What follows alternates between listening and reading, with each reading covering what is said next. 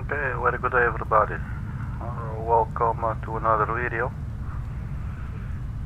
My name is Arkady Gidzenko. I'm your personal funky sim pilot for today. We are, as you can see, the weather is not too great. We are sitting in Schiphol, Amsterdam Airport in the Netherlands, and we're going to fly in Air France A32NX by the fly-by-wire team into Marseille Airport in the south of France. So we are using real-world time and weather, and as you can see, it is not the best of days in terms of the weather.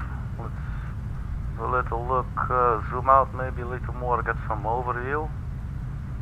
You can see it's a gloomy day.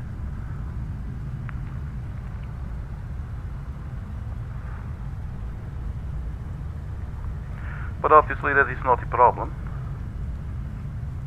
because it is always nice to fly. So gloomy days we don't care not too much about, and obviously it also adds a little bit to the immersion as well. You know, it is normal to have nice days, and it's normal to have not so very nice days. So the last stream that I did, something went wrong. The airplane started to taxi, to pull back, push back on its own. I do not understand why, but it had happened to me one time earlier as well.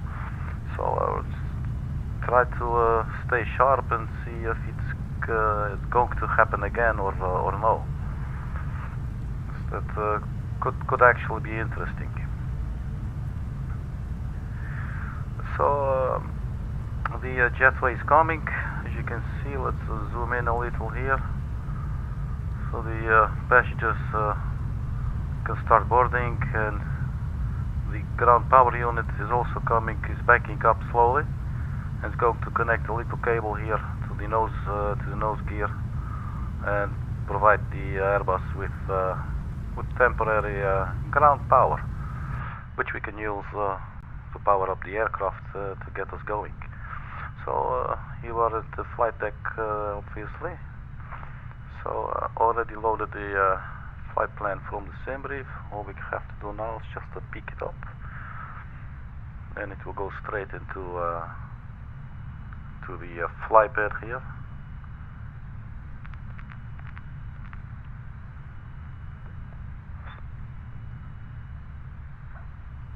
So there you go. So we are going from Amsterdam to Marseille in France. It's about a 2-hour flight. Cruising altitude will be flight level 370. The current temperature is 13 degrees here in Amsterdam, and actually it is only about a degree or so higher in the south of France, which is where we are going. Okay, so without further ado, let us pull up the LFP here. We're looking at the average wind component of -020, so this is a little bit of a headwind. The fuel that we will require will be 6,616 kilograms, and obviously here we have our routing. We'll take off from runway 18 center, and we fly the Rovent pre-X-ray departure. Okay, so first things first, let's provide the aircraft with a little bit of electricity from the internal batteries.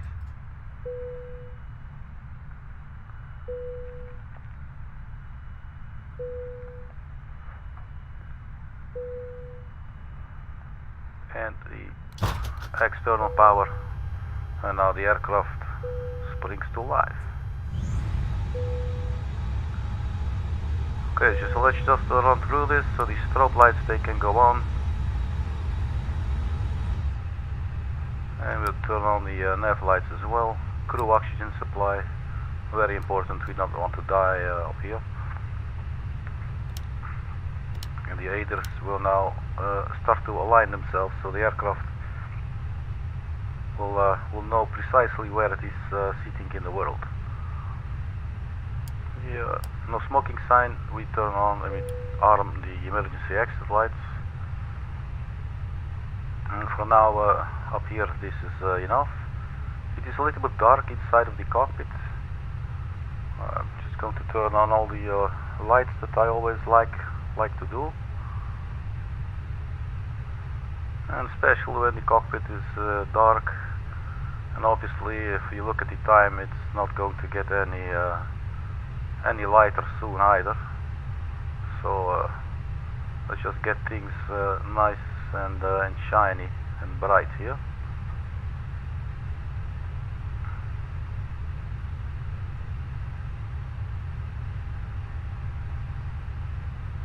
I'm a really big fan of the intake lights, always. Just really love them. I don't know why. Actually, since it is getting dark, we also have to put on the dome lights, because obviously there will be some communication with the ground crew, and they have to be able to see you if you want to communicate with them effectively. So that is done. So what we will start by doing is the general startup flow.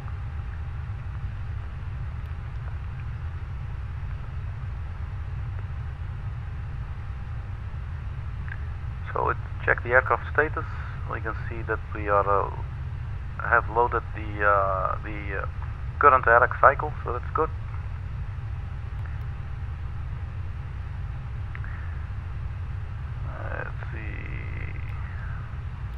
Okay, we start with the MCDU menu. You go to ATS UAC menu, and there we will request our flight plan. You can see it populate here in all the little fields momentarily. There you go. So we're Air France 812. We're flying from Amsterdam to Marseille in the south of France. The estimated time en route is sitting at 1 hour 33 minutes.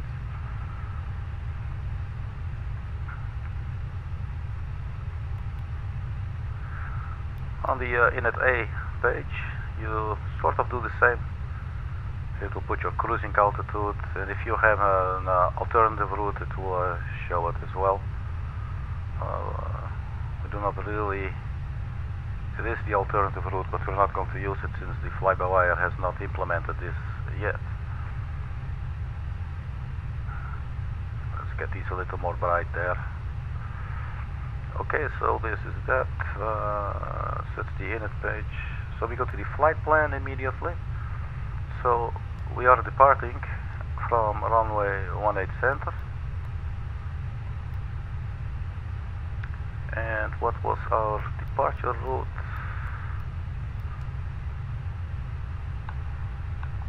I forget. So we go check here. Roven 3 X-ray. There you go, that's your Roven 3 X-ray.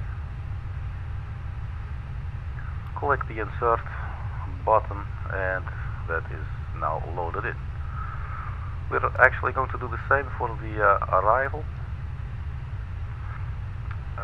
The arrival runway should be 13, and that would be the BALSI 1 Romeo arrival, 13 left. So we click the ILS, so ILS 13 left Zulu, BALSI 1 Romeo, via Gidzenko. So let's have a look if Gidzenko is in our flight plan.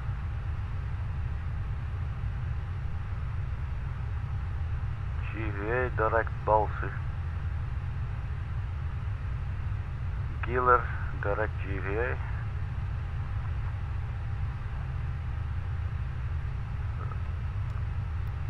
No, it does not look like we're going to use a via, so we're going to choose no vias. So we go to flight the BALSI arrival directly. So that's inserted. So we check to see if it is a seamless list of waypoints. So there is no interruptions anywhere. and it looks like it is actually fine. Look, there's one called Zebra.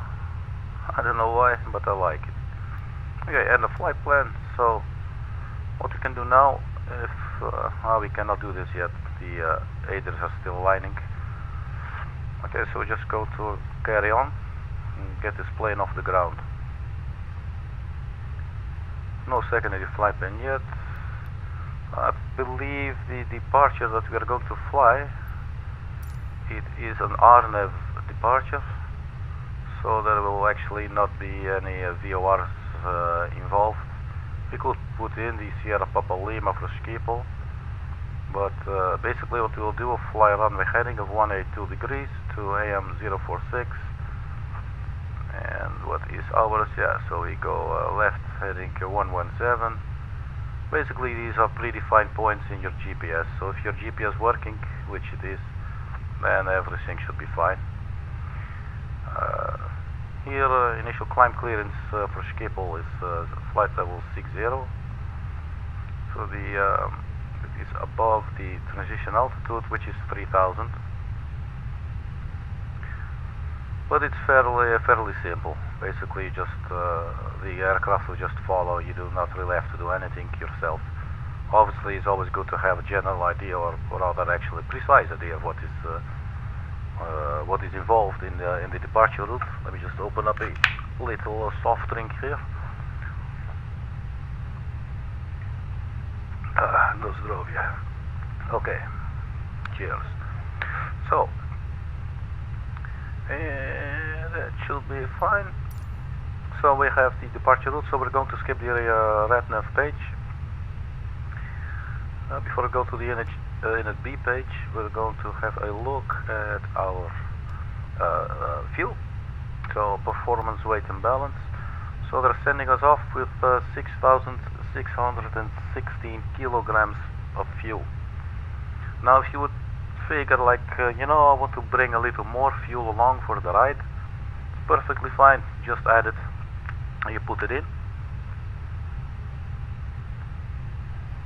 Let's say we go for an even 8,000 kilograms. Simply put in 8,000 kilograms, click on the block fuel, there you go. If you now click refuel, then magically the aircraft is refueled in no time. One very nice feature of the fly-by-wire Airbus is that you can actually have a real-time fueling. Where was the fuel again? Let's look. The fuel truck. Yeah, here if you go to fuel, you could actually choose for a real-time fueling.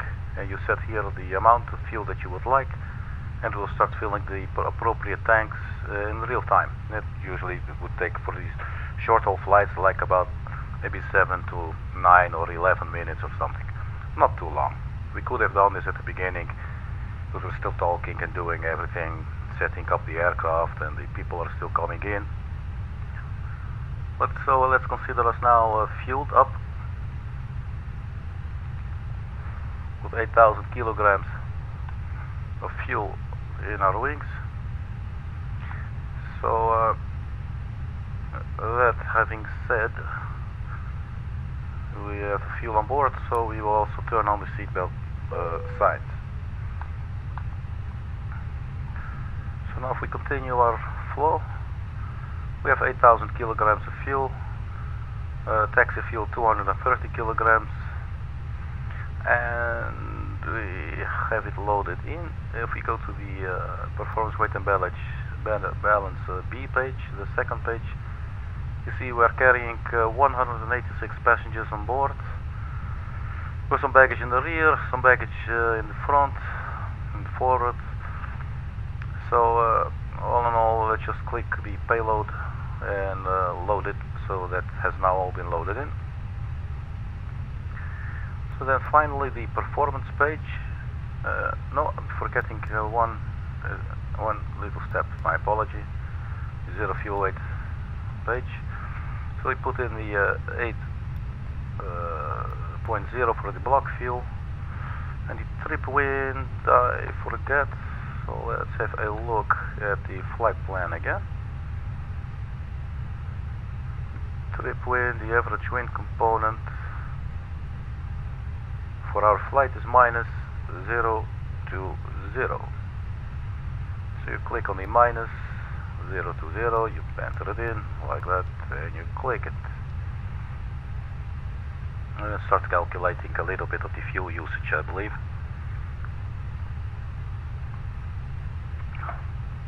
And that's a little bit of a headwind. So now finally, performance page, we're going to do a flap 1 takeoff in Schiphol. It's a long runway, it's fine. We will not do a flex takeoff temperature. So we'll do a full toga thrust. So this is a little cheat button. I believe in real life you would actually have to calculate. So it's something I will try and understand a little later on. So the transition altitude 3000. So we'll leave this page here. This will now immediately bring us.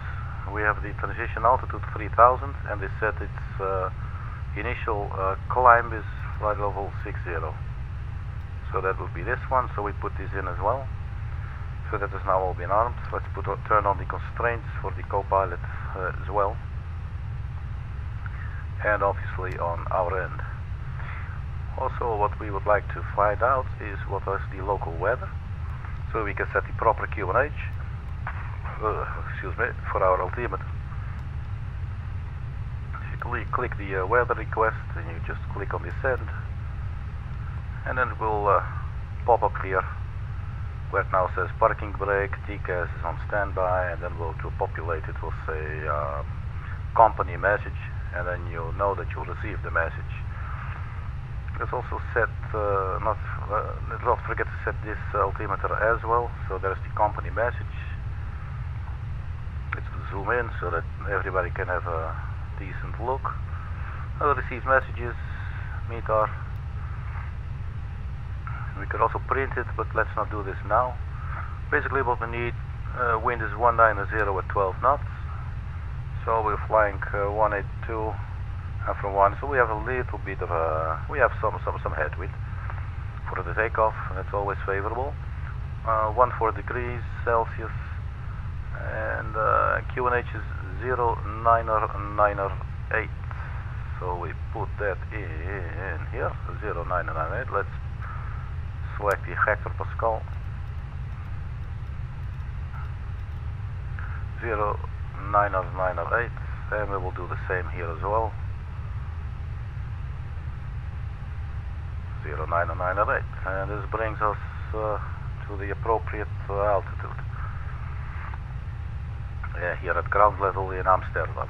Okay, so if you would like to check the flight plan, the routing, you could start by, well, you can actually see the departure route makes sense. We fly 180 or 182 degrees, and then we turn left to 1170 degrees at AM 046, and then AM 069, I believe, and so on, and we will fly our departure route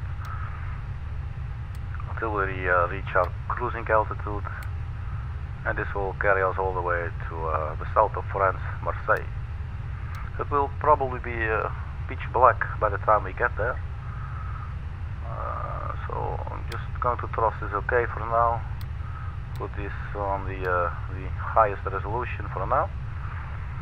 So we should be getting ready now for the to start up the aircraft and do the pushback. So what I'm going to do, turn on the APU. So you wait 1, 2, 3 seconds, and then you click the start button.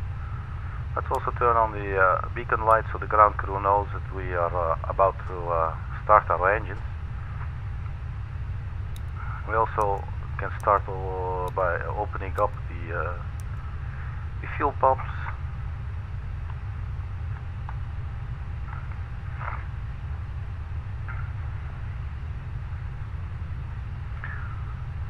let's have a look. So before we do the taxi, we have everything set up. So we close we lock the flight deck.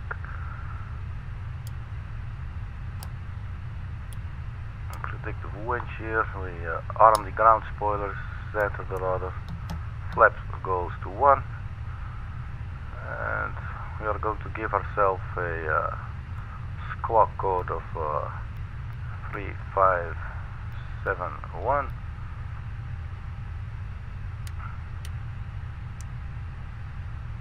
We'd like to see all, and we go to TARA. Okay, so that bit, this is all done now.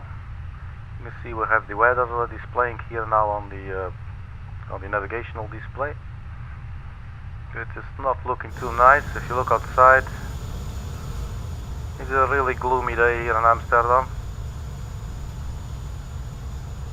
You can see the sun trying to shine and trying to peek through the clouds.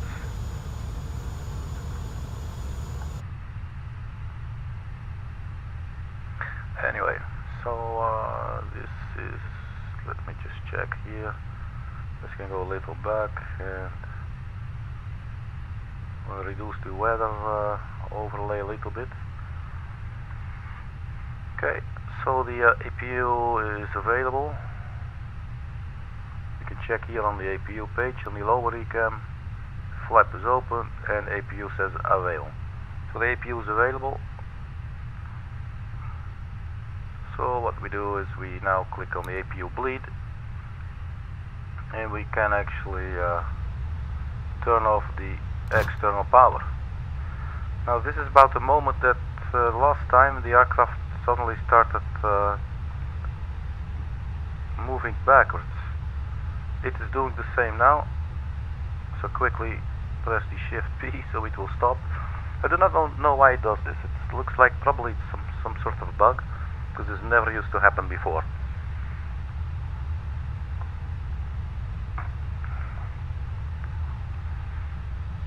Okay, so there's the tug, it's going. We will call the tug, actually we call the tug now. We're not going to taxi just yet, but we are going to call the tug. So that is sitting there. We need to find out where you are on the airport. We are at the Charlie 8 gate. So let's have a look. How do we get from the Charlie 8 to 18 Center? So Charlie 8 brings us around. Where's the Charlie apron?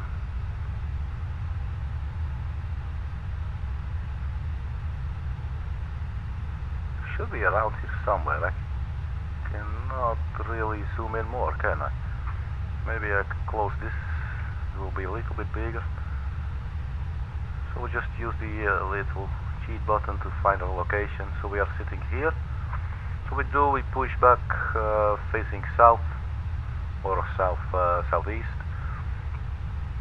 And I believe in our case we would just, yeah, I think we can just follow on the Alpha, and then we cross here via the Quebec, and then drive north all the way on Alpha to the holding point Whiskey 1. So that is going to be our taxi route.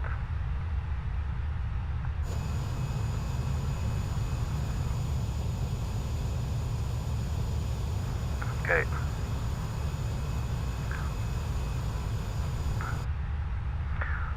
So let's see if everything's in order for us to start our taxi.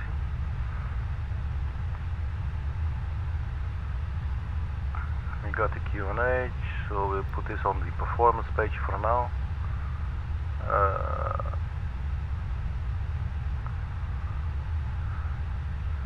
Got this lit in. Yeah, I think we should be able to get ready. Let's turn on the ground crew lights there, and let's just push back. Let's have a look outside. So we have sort of an idea of what's going on.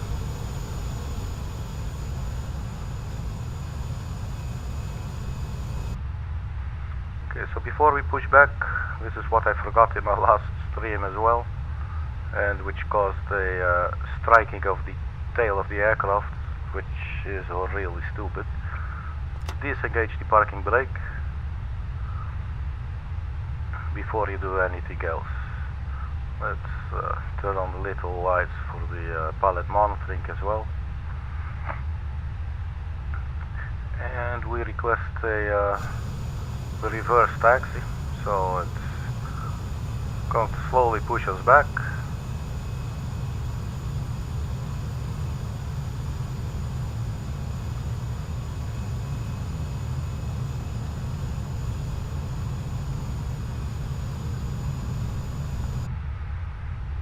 And while we are being pushed back, we're going to start up our engine number 2.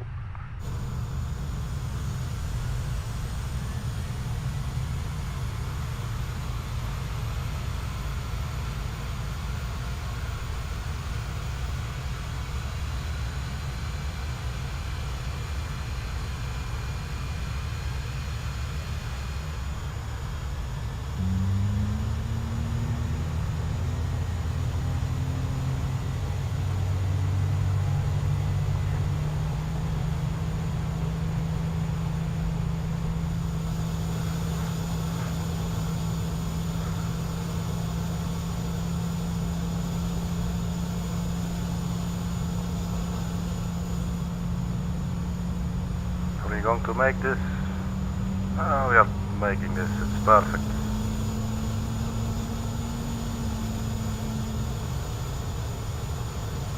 Okay, so we stop the pushback, so immediately set the parking brake, check the engine number 2, 19.4, and it will be available. That's great timing. Engine number 1, it's starting to spool up now.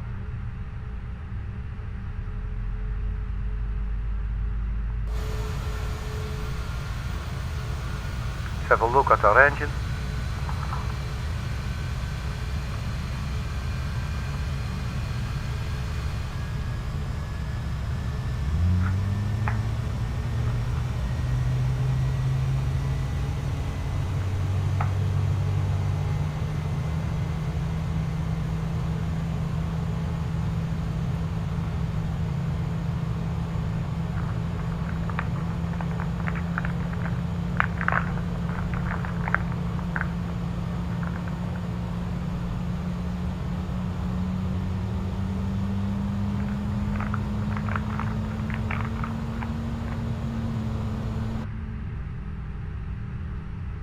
So here you can see the N1 is now rising. You can hear the click, and momentarily we will have the engine number 1 say avail, and that is now also available. So far so good. We did not strike our tail on the pushback. Still feel stupid.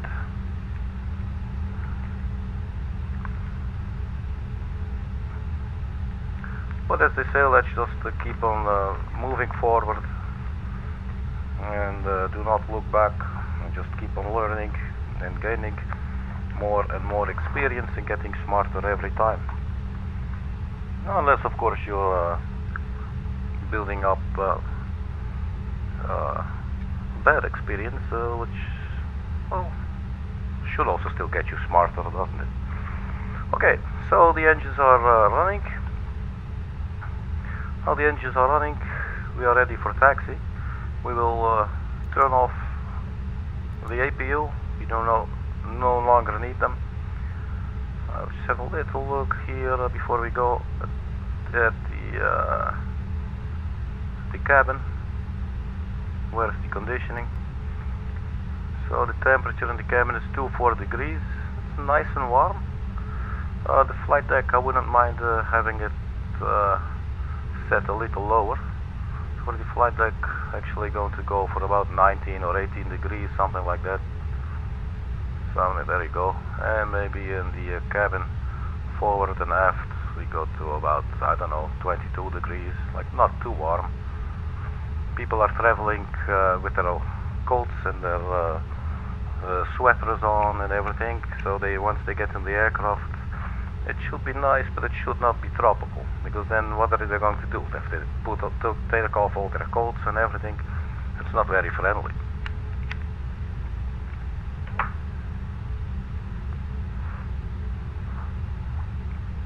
So,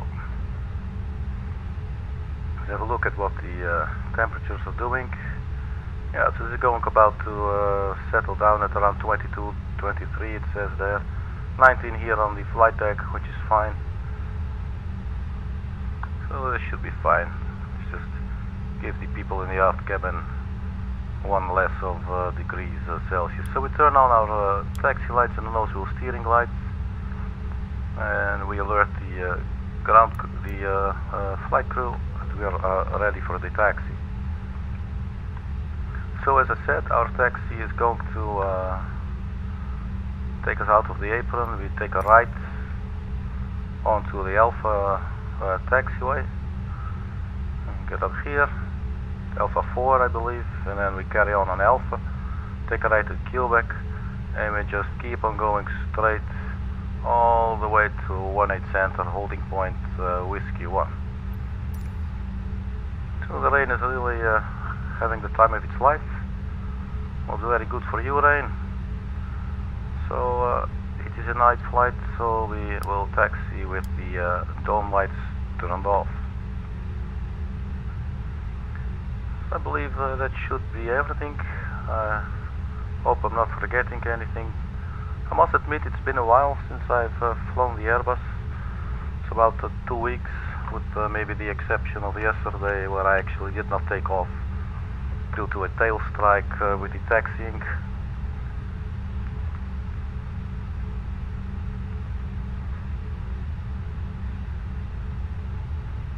So I would say let's get the hell out of here.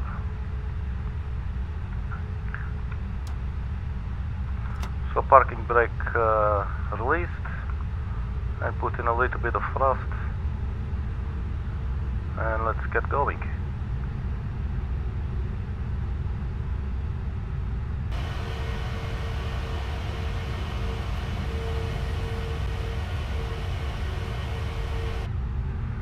The rain is definitely not too friendly on the FPS, unfortunately, but we will make do.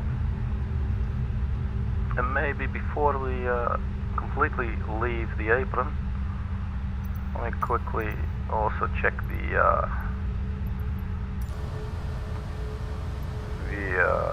other view. Looks like we're moving a little, that's fine. Fixed camera, so we'll have the passenger window seat, which is always nice to look at whenever we want to. Obviously not now, because we are now going to taxi. So let's put in a little forward thrust and get this thing going.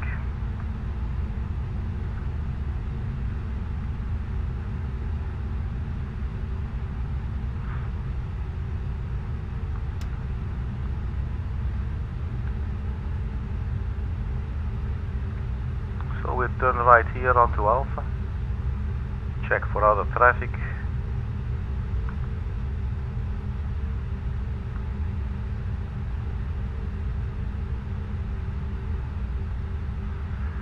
The Amsterdam airport is quite big. It's an impressive airport, and depending on traffic, sometimes taxiing can actually take up to like maybe 10 to 20 minutes. If they make you have you land on the 18 right runway, then yeah, and you have to get all the way to the other side of the airport for the parking. Yeah, then it can sometimes actually be quite a little drive. So here we are taxiing now. Let's have a little look outside. You can see the sun there in the background. It's setting. It's still sort of piercing through the hazy atmosphere with all the water particles.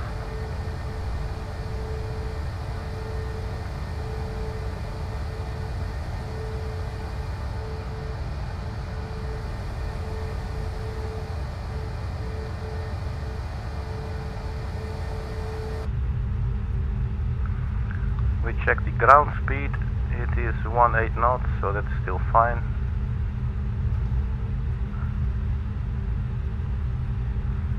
Always aim for a maximum of about 30 knots.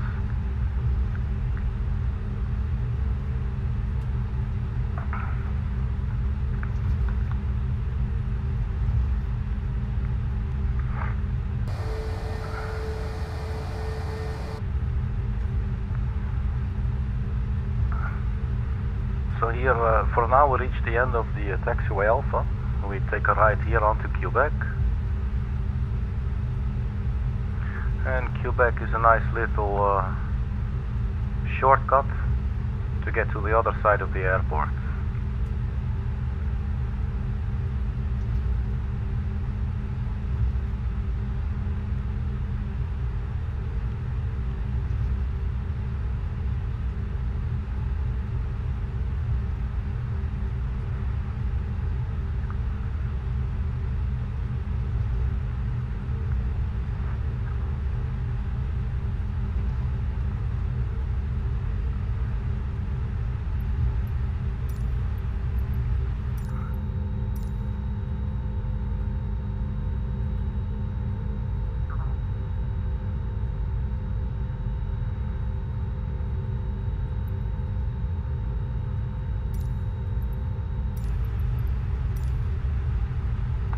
Check our ground speed. It's still fairly low, 18, but I'm actually not going to mess with it too much because it is very easy to overspeed.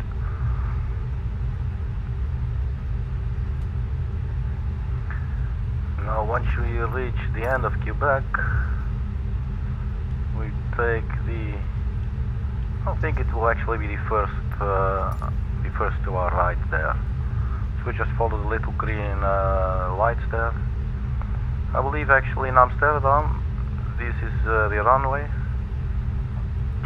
excuse me, the highway. And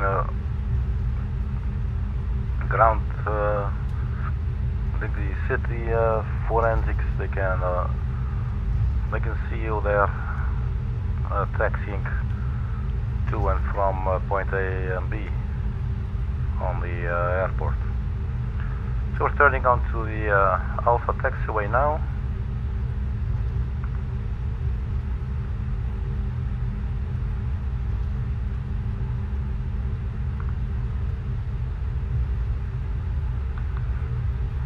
Speed still 18.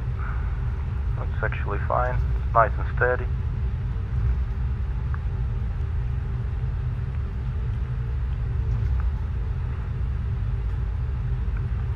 This is now a good time to check our flight controls.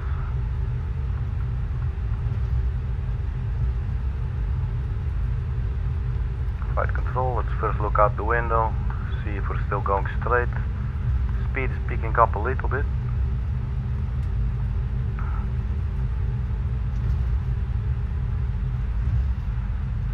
So we go the ailerons now. See if we can zoom in a little bit. Stand by 1 second. So we keep on going straight. Okay, so we go aileron full left, neutral, full right, neutral. Let's have a look, because we are doing this without a co-pilot, obviously.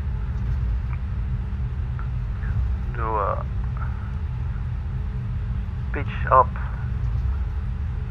neutral, pitch down, neutral. And obviously the rudders are working too. You can see I'm going right in the lower EHAM, going left. This is all working, and the brakes are also working if you want to slow down.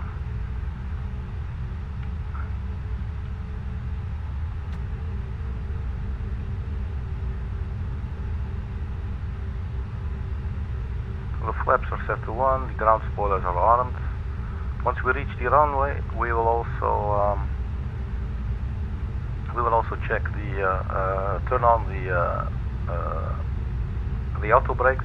They will be set to max. It's a requirement for takeoff.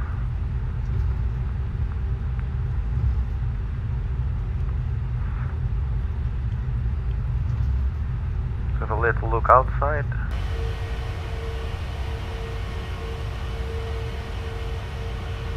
Here's a runway 09er.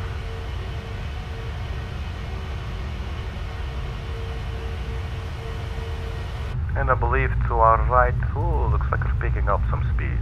3.5, look at that. That is a little bit too fast. So let's brake a little bit. Try to remember to brake gradually, because at this stage the flight crew are showing the emergency exits to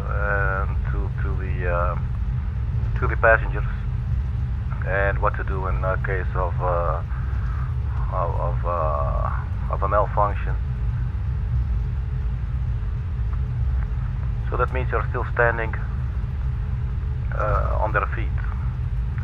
So once we reach the runway, we should notify them that we are getting ready for takeoff, and they should strap themselves in. The ground speed is now 2.1, it's fine.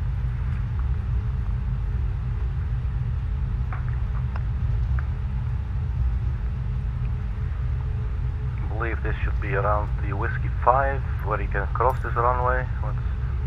Oh, we already passed it. This is Whiskey 5, so I just keep on going. Fortunately, we're still going straight. That's always good.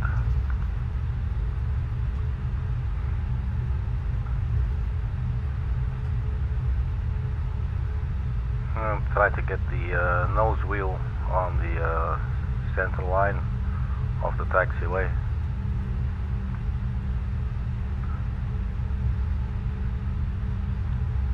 So to our right, I think we all just passed the fire department there.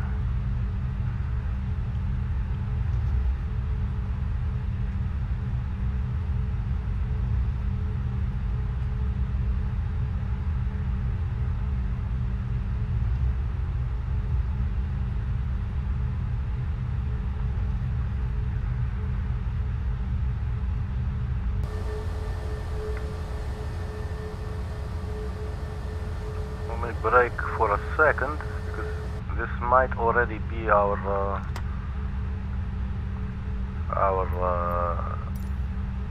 holding point. Not sure. Yes, exactly, because if you now carry on, you will go over to the other side. So you should take a left here. So it's just in time, fortunately. So rather full left. Fortunately, the Airbus is very maneuverable.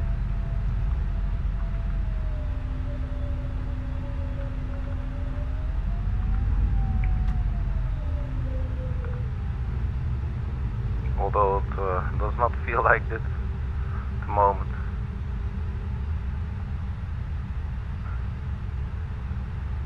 So we should be getting close now. What does it say here? Can anyone read?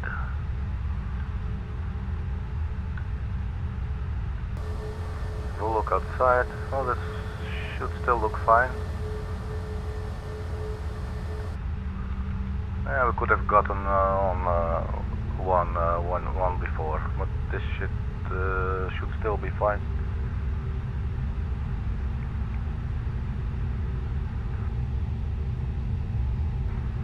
So let's just turn on to the runway.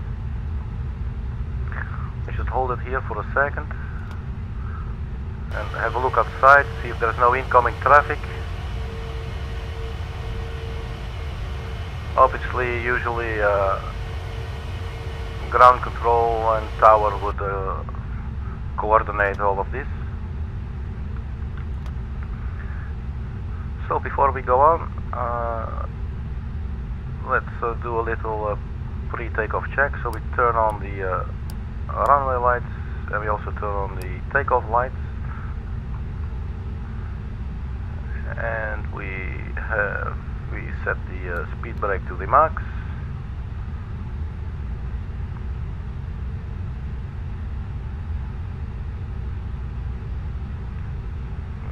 fine. 135, 136 V rotate, 140 is our V2 speed, transition now to 3000, and then we climb to 6000. Our cruising altitude will be 370.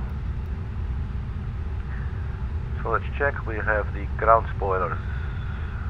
They are armed. Flaps were on 1, so they are back on 1 again now. Okay, it is a rainy day. We will have to turn on the anti-icing system, and we are going to turn off the packs for the takeoff.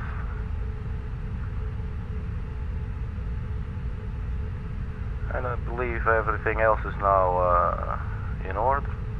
So let's notify the flight crew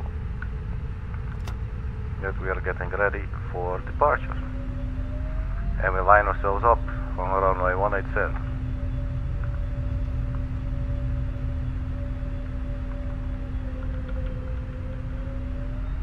Something went a little wrong there.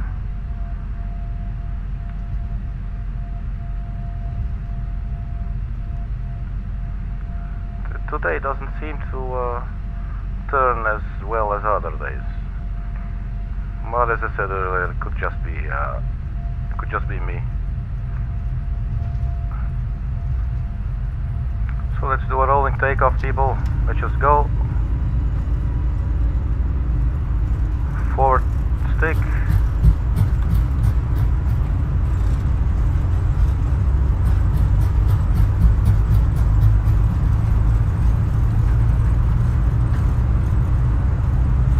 V1, rotate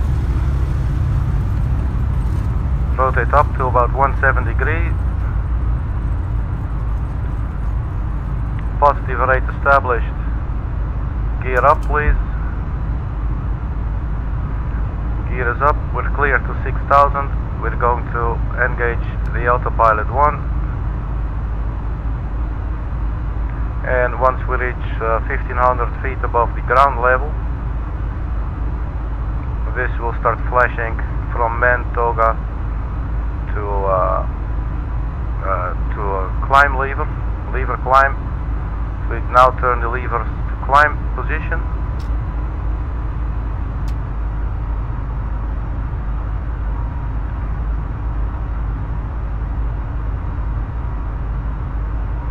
So we're immediately into the clouds here. So we keep monitoring the speed. So at the green S here we can retract the flaps. We're switching to standard QNH. Flap up.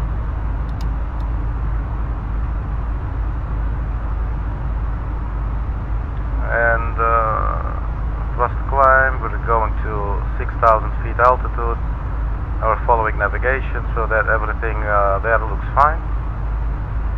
So it's good.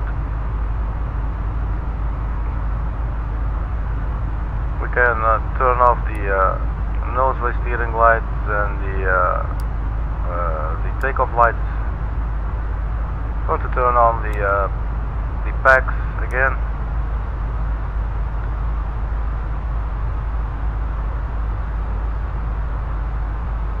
So we're almost at 6,000. So we're now going to climb to flight level 370.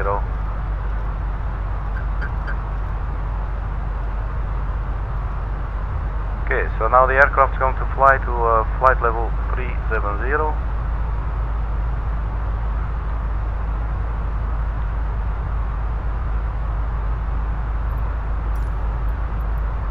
So if you look out the window, there's not too much to see.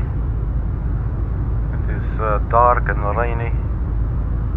Obviously, in a little bit we will be above the clouds.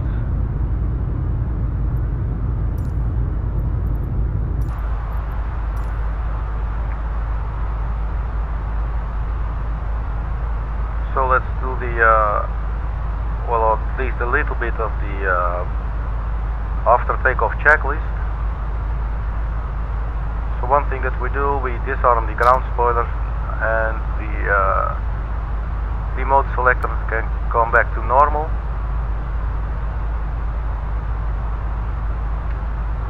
Not sure why the rudder trim. Can I reset it? Or let's just do it.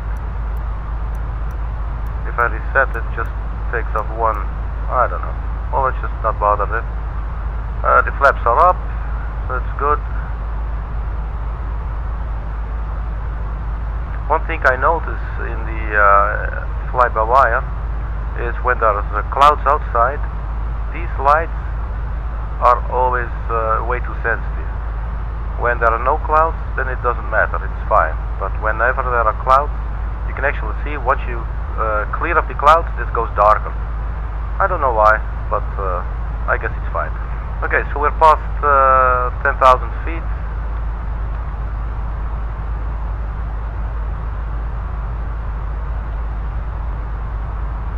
So we should be good, and turn off the landing lights there. Retract them completely, and let's check our attitude vertical. We're well below 10 degrees, so I guess we could just turn off the seatbelt signs, and people may now start walking around the cabin if they want to. So that is that. Also, what I said earlier, the sensitivity of the lighting when you go through the clouds, it really messes up sometimes the lighting there, but this is more readable. As you can see, we are now flying on the standard QNH, which is 1013, and our backup is still sitting on the local QNH. You can do this actually reverse before you land. You are actually still, before you're descending, you could select here the local QNH, so you already have some general idea of how high you are above the surface of your destination. And then later on, obviously, you will also change your altitude here. It looks like there is one extra viewer. So welcome. Not sure what you've seen already, but anyway, everybody's welcome, and we're all just trying to enjoy ourselves and maybe learn something in the process as well. So today what we're flying is from Amsterdam in the Netherlands, Schiphol Airport, to Marseille in France. Our cruising altitude will be 370, and we'll be have an en route time of about 1 hour and 33 minutes. And we have actually just flown our departure. We're actually still flying the departure, I believe. Let's see, we're going to Villette. Yes, we have continued LOPIK. Yes, we just flew our departure routing. So now we are climbing to our cruising altitude. Let's zoom out a little bit so we have a little bit of idea of what to expect, what's coming next. So there you are. Let's have a look outside. Well, it's getting pitch black. I decided to do real world time and real world weather, because obviously that's, you know, for immersions, it's nice. Obviously you will not see too much of the outside. It's always nicer to see something outside, but personally, I like to have the real world time and weather whenever I can. We're flying an Air France Airbus fly-by-wire A32NX. It's a free mod from the fly-by-wire team. It is a standalone aircraft, and it's actually quite extensive. There's a lot of systems that are working, and there are so many systems actually working correctly that I have to start learning what they all do, because there is actually quite a lot that can happen, and you can manipulate. For instance, if I make an example, you could simulate that, for instance, your the pilot flying primary flight display, what if it turns off? You know, there's some electrical failure, and there's a backup, and for instance, with the buttons here, you could then say, okay, so I am routing the signal now for the backup to the captain or the first officer, and then you will change it from the black screen. It will start working again. So that kind of stuff has been simulated. Something else that they simulated with regards to the hydraulical systems is the different types of systems that the Airbus uses. So they have the green, blue and yellow system, and there's the ram air turbines, which is not working yet. I believe it's not implemented. There's the power transfer unit. There's actually a lot of stuff in there, a lot that you can learn, which is quite interesting, which makes it well, probably not fully study level, but definitely for beginners, it's definitely a very good starting point. They go as far as actually having the accumulator pressure and the brake pressure and everything working. You can check your speed brake or your parking brake, for instance. When you set it, the pressure there will change as well. These little systems have not been implemented yet. They're still inoperative, but I believe the fly-by-wire team are actually still working on it as well. And once you actually start flying the experimental and the developers version, you will see that the versions actually they get updated like twice every 24 hours or so. So these guys are really working their behinds off. And what's also interesting to note is that it's a big team of enthusiasts and also real-world pilots that are all adding information and reviewing it and testing it. So you know, in an attempt to make the mod more realistic. And these people do it for free. You know, it's a free mod. So yeah, they definitely deserve a lot of kudos and credit for that, if you ask me. As you know, like these days, everything is money, money, money. People thinking about themselves, and so it's always nice to see that there are people, you know, just doing things because they just fucking love it. You know, pardon my French, but we are in an air France. Yeah, so we have cleared off the cloud layer. It's actually a pretty nice sight. The sun is still trying to set, obviously, but definitely there's something now to look at when you look outside the window. That is always quite rewarding when taking off in poor weather conditions such as we had here in Amsterdam.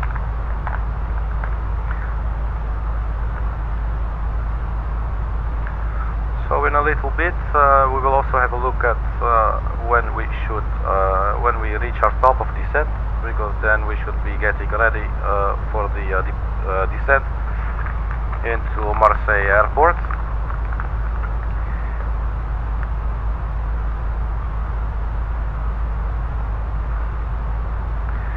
I'm having the charts on board with me. Let's just scoot over to this side and have a look out the window and find a nice view. Yeah, you know, if you ask me, Microsoft or Asobo, if you will, they did a really nice job with regards to the eye candy. And sometimes the actual systems of the aircraft, I believe in some respect they sometimes leave a little bit to be desired, but the flight dynamics with regards to the wind and yes, the in-world behavior of the actual flying, that's actually done really well. Or at least it appears to me. I'm not a real pilot, obviously, but it appears to have been done really well. It feels very realistic. You know, when you fly over a little mountain range or something, immediately you can see there is some turbulence picking up. You know, like small little details like that. So if you ask me, they did a good job. I come from my first My first flight simulator was 2002, I believe, if that was one, and then 2004, 2009 came FSX. Been flying that for a while as well, and then since last year I've been flying this one.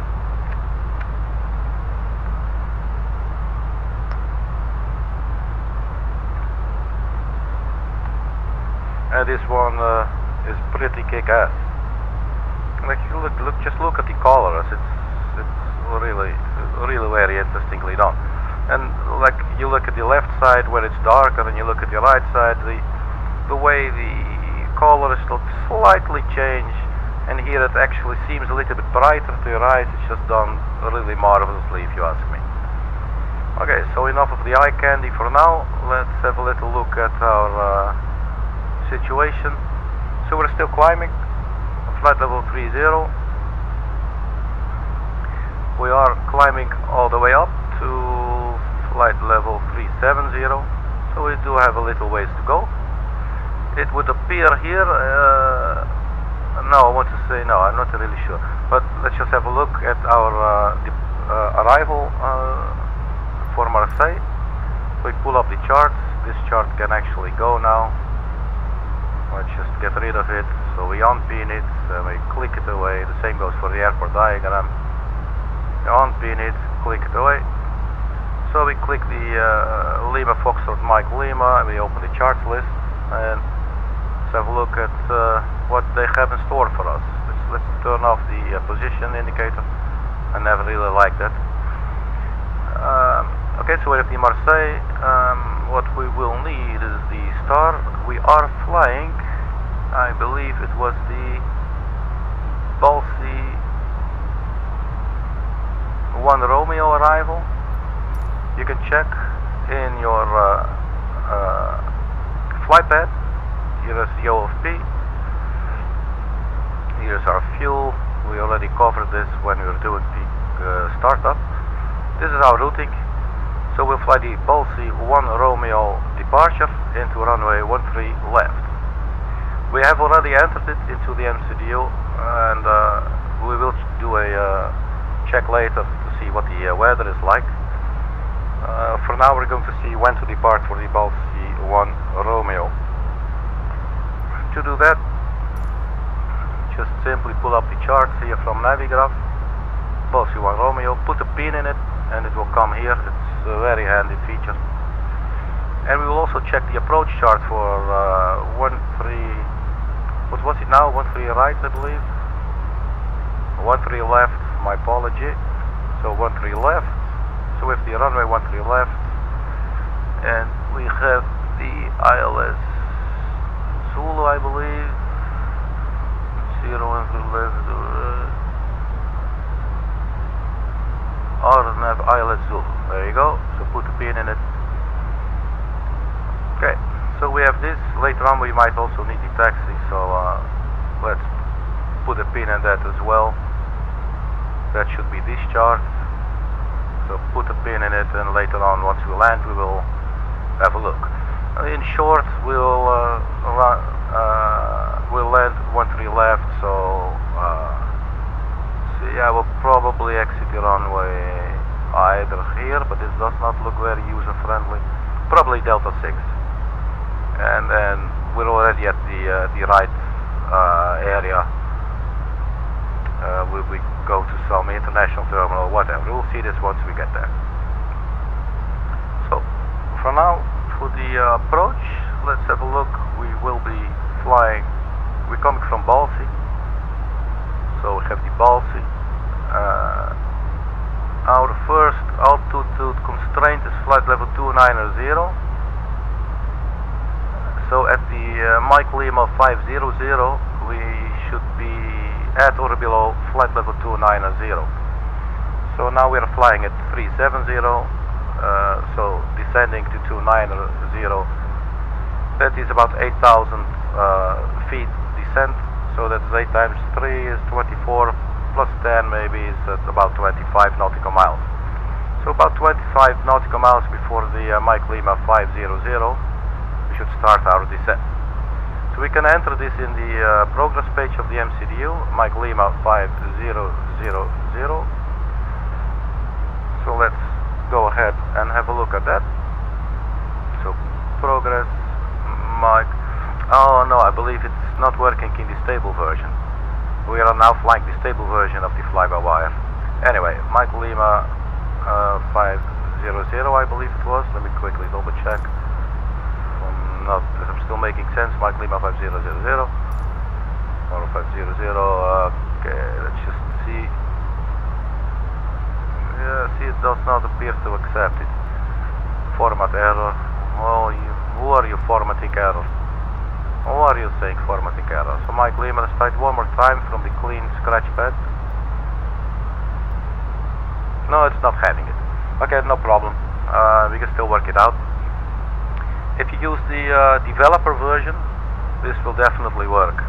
For some reason it does not appear to work in the stable version.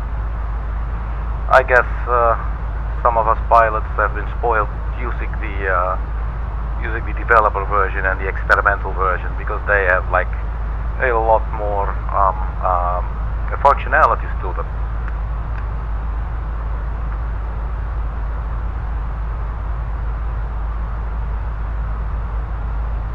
You can also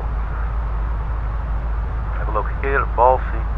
So from BALSI, there's the Mike Lima 500. You can see it just right there. Maybe I can zoom in a little more for you. You have it's about as big as I can get. Oh, maybe I can actually. Oh, look, we can get a little closer. So Mike Lima 500. You know, so the probably Geneva, I think, VOR. From here we should be able to start our descent probably to the Mike Lima 500. So we do have quite a ways to go. Precisely 240 nautical miles to top of descent. So for now, we'll just cruise. Let's zoom in a little bit so that we have a better understanding of our situational, a bit bigger situational awareness. So the TCAS is working. We got a couple of aircraft sort of in our vicinity, but nothing appears to be posing any kinds of serious threats for now. I believe in the developers version, or maybe even in this one, they have already implemented the warning system for the TCAS, which is actually really nice, and it would show you, it will actually show you the red tape here and the green tape, and there's also an audio warning as well. I've seen one test video where they were trying it out, and it actually appeared to work.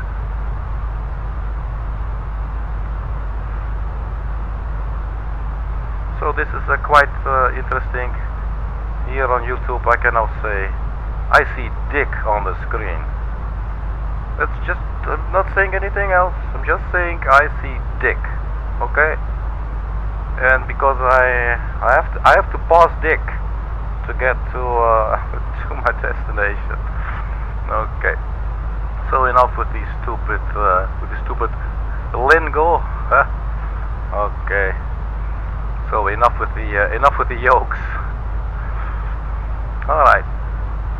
As you can see, what I said earlier, we are not going through the clouds anymore. So now I can brighten these up again, so they are slightly more readable. For some reason, when there's clouds outside, inside it starts looking a little off. But hey, it's a first world problem, you know. So. Oh man, I'm really loving this external view there. Let's have a little look out of the window here, like this one.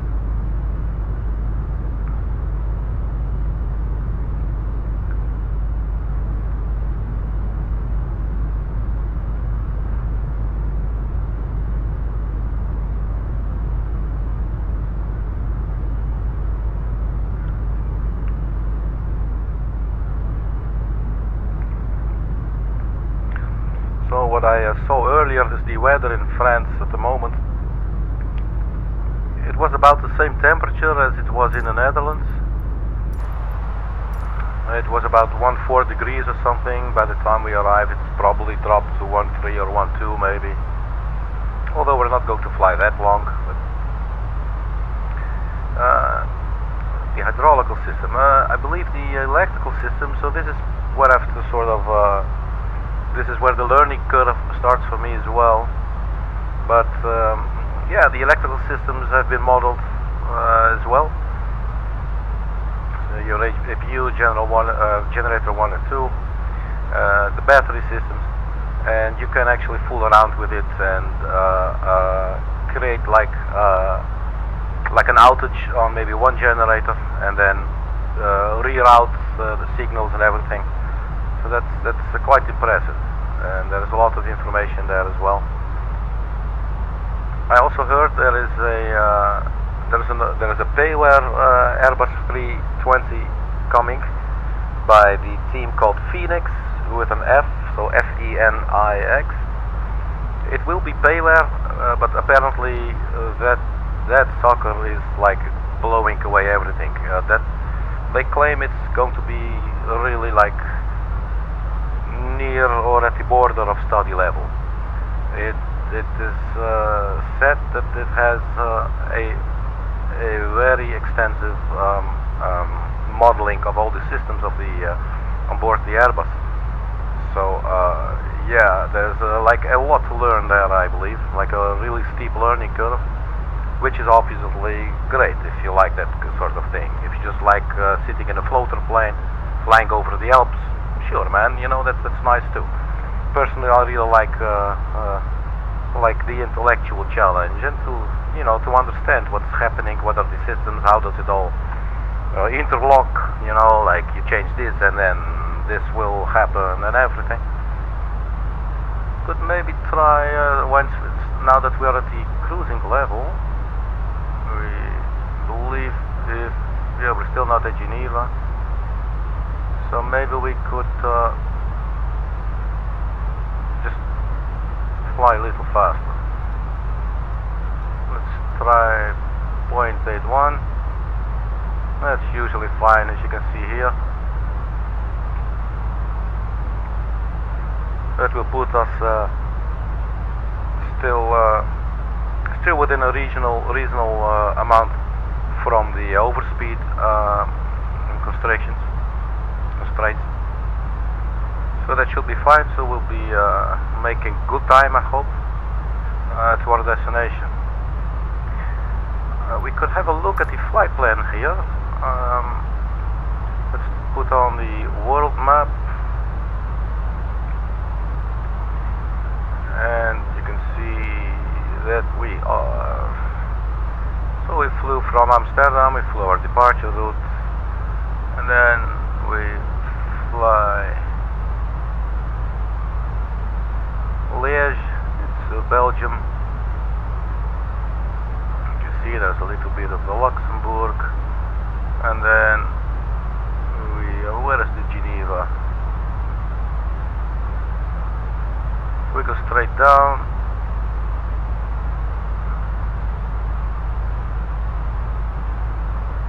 Lausanne. Here's the Geneva VR that we're going to cross. Yeah, so around here, I don't know, more or less, we should start our descent to Marseille, and then this will be our star that we'll be flying. What we could also do is have a look at the transition altitude, or the transition level rather. Let's see, transition level, yeah, that's usually by ATC. We just have a look at the approach chart, and there you will get your information. Transition level by ATC, transition altitude 5,000 feet. So once we descend all the way to 5,000 feet, we will have to turn on the local QNH to ensure us from a correct feedback from the primary flight display's altimeter here. so that we can have some good judgment with regards to our height above the runway. And having said that, we will also have a look at what the category for the ILS is. Yeah, so decision height of 50 feet, that is really low because they have a good, they have a category 3 alpha, and I think the Airbus A32NX is capable of flying the category 3 alpha. I believe even the Charlie. So we will put in the decision height once we put in our destination information into the MCDU. So we will be looking at this. What we will also be looking at is the transition altitude. We'll have to put that in as well. And let's also have a look at what actually is our arrival going to look like. It is also an RNAV arrival, same as our departure was also RNAV. So that means there are not really like TORs involved. If you have GPS, you should just be able to fly it because all these points are basically predefined points on your GPS system. So it could just, as long as it knows where it is, it will know, okay, well, I go from Lerga to Latam to Ardek, etc. Or actually we'll be coming from this side, BALSI to ML 500 to Courier, and so on.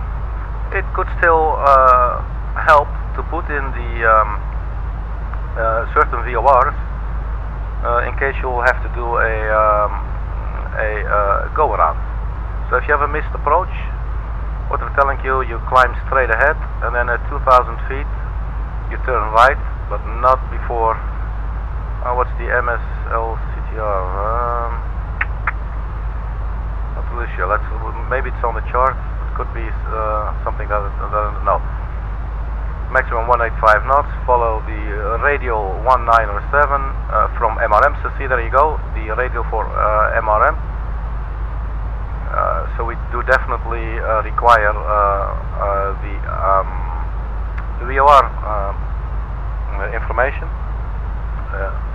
the frequency, so we will have to enter that. We can do this now. So you follow the radial 197 MRM towards Lipsu, climbing to 4,000 feet. So what would it look like? We're going to land at 13. This is the runway heading, 132. So from Zebra, this is where actually the glide slope begins. It's 125 nautical miles from ML.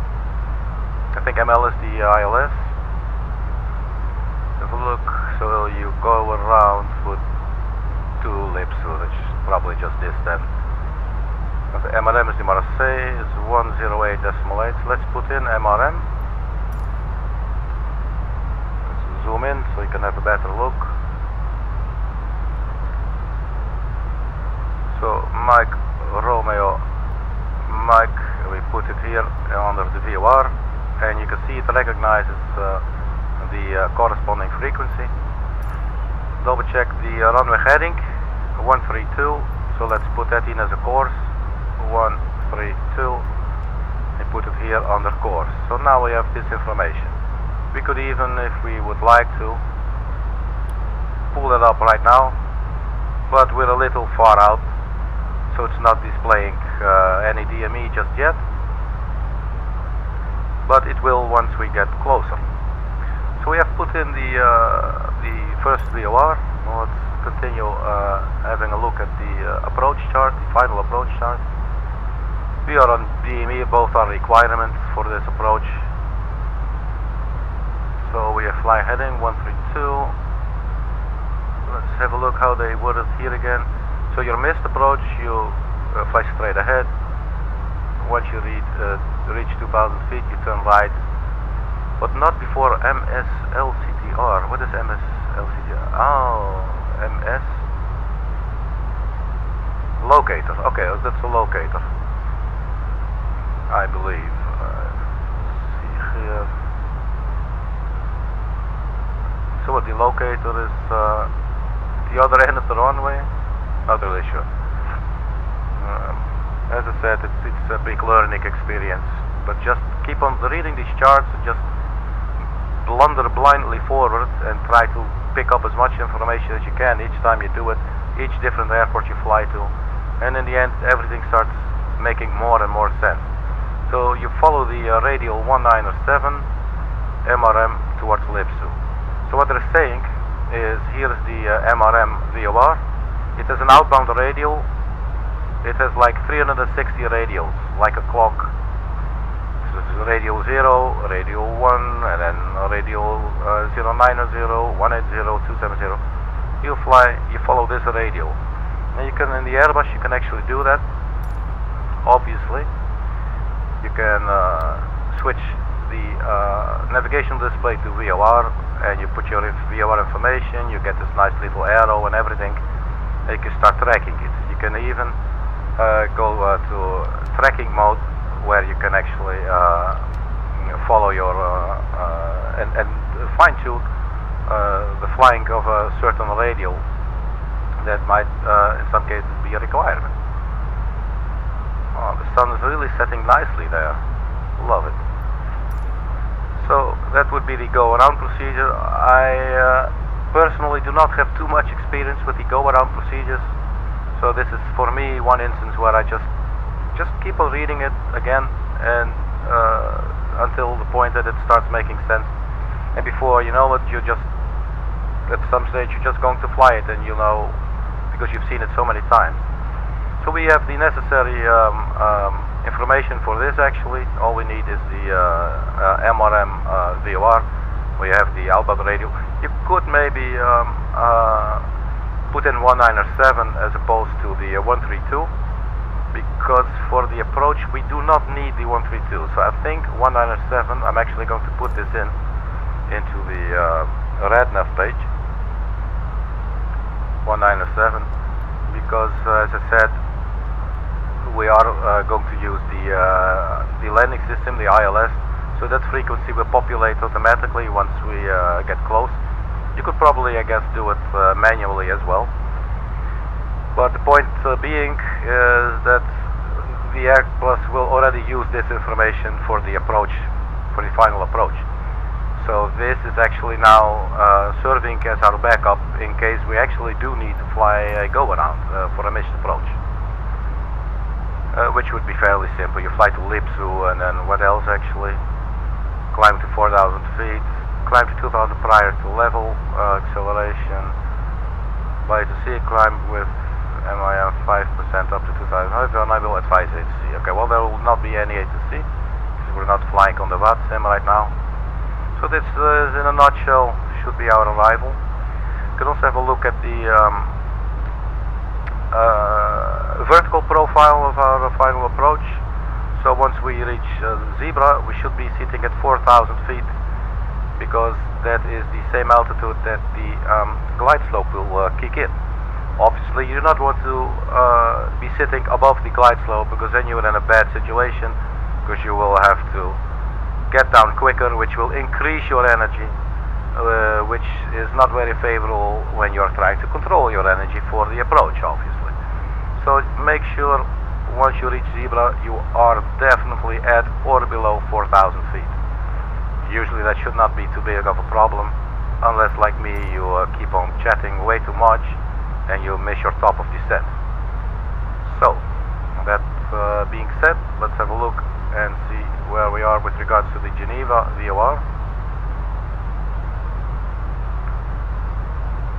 Something looks off. Stand by 1 second. We need the arc, actually. Okay, so where's the Geneva?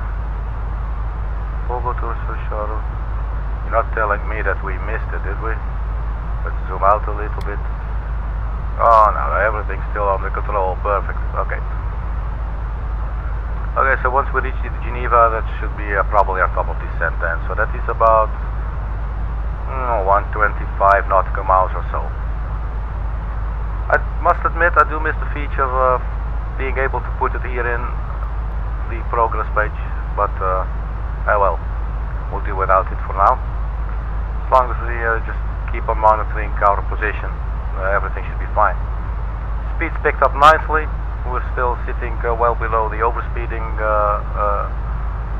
situation right there, so it's good. Still cruising, still making good time. the actual initial arrival is then what else? What do they say here? Is the BALSI holding? There's some holding points there. BALSI 1 Romeo.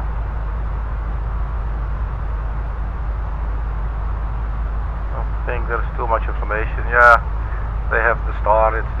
It's a routing, but as I said, it's not as complex as, for instance, the go around, because the go around will require you to fly radials and stuff, and this is basically a waypoint routing. Follow waypoint that, go to waypoint that, go to waypoint that. It is convenient. They put here the altitude constraints. That's always nice. Usually they should also be on the chart itself. As you can see here, at or below flight level 290. Courier, same, at or below 220. Then you fly over the what's it called, Montélimar, VOR. And the rest, your speed should be max 280 knots and at or below 190. You go to Rixi. So these are quite high altitudes for a arrival, unless the airport elevation is also maybe a little bit higher. So let's have a look at the airport elevation. See if what I'm suspecting makes any sense or not. Airport elevation, no, it doesn't make any sense whatsoever. The airport elevation is 70 foot, so that's not too much. So I guess I'm just intimidated by the big, by the high altitudes. So 190 from the Montélimar, and then you go to Rixi. Is there an altitude constraint? Does not appear so. Does it say here? Rixi, where is it? No, actually it does not say it. But it's going to be fine. Probably what we'll do is, once we reach the Rixi, we will just descend straight down to 4,000 feet. Let's have a look at Rixi. What's the situation? Here's the airport. So Rixi, Avignon. One more look at the approach chart here. Zebra is not on the other chart, but yeah, at Zebra we should be at 4,000 feet. So basically what we're going to do is, you could do the same, like how long will it be from Rixi to Zebra, and then deduct, you know, just calculate how much feet you're going to have to descend, and then to see when to start. But it does not appear that there are no constraints, so probably, as you can see, there is no mountain areas or anything, so probably it should be fine. It should be safe to descend all the way down to 4,000 feet from here. Otherwise it should be warnings. We do have this left part of the circle here, basically meaning 3,500 would be the max flying level in this area. Here it would be 5,000, probably due to these mountains that you can see there. But for now we do not need to worry about that. So we have the MRM laid in, so that's good. So that's our arrival briefing. We're now on our way to Tirassol, 6.6 nautical miles. Geneva is getting a little bit closer, so that's good. And Geneva, I believe it was 190. So look at that again. Okay, so 290 at or below at ML50. So yeah, we just put in 290 once we reach Geneva, or slightly before. Once we hit Geneva, we'll execute and the plane will start descending. As soon as the plane starts descending, you will see now the speed mode is set to Mach, and this will then read idle or thrust idle, which obviously the thrust levers, they will not start moving, but in the background the engines will start spooling down, if you will, or going to idle for the descent, and it saves energy, saves fuel, which is better for the environment and all that crap. Okay. one point always to keep in mind with the Airbus, it is very easy to start focusing on this area. This is my speed, this is my heading, this is my altitude. But you should actually think of it like this. This is what I'm requesting for the speed. This is what I'm requesting for the lateral navigation. This is what I'm requesting for the vertical navigation. But you always check here on your primary flight display what the Airbus is telling you that it is doing. It is telling us now, I am doing Mach for the speed, I'm doing cruise altitude for the altitude, and I'm following navigation for the lateral navigation. This is what it's trying to tell us. This is what I'm doing, people. So basically it's a matter of, how do they say it? Communication is only as good as the feedback that you receive back upon it, right? If you're just telling the Airbus, yes, do this, and the Airbus starts telling you, well, first you take one egg and you get the flour and you get some milk and some butter, you know, I mean, it's crazy. So you have to rely on what the aircraft is telling you, giving you back in regards of the feedback. Basically, it's the same type of communication that pilots experience when they are talking to the air traffic control. Alright, I mean, when you're talking to air traffic control and they tell you you're flying into some airspace, and let's say you're doing a VFR flight, you're November 1, 2, 3, 4, 5, and you tell them November 1, 2, 3, 4, 5, flying permission to enter the Bravo airspace or whatever. If they then tell you aircraft calling, stand by, then they do not know yet who you are, they have not seen you yet, so you are not clear to enter the flight, the airspace.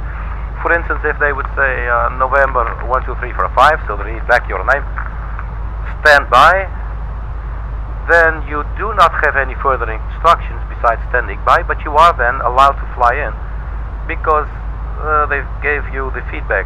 Because basically they're telling you, okay, I've seen your name, I see where you are, I don't have a plan for you yet, so just carry on.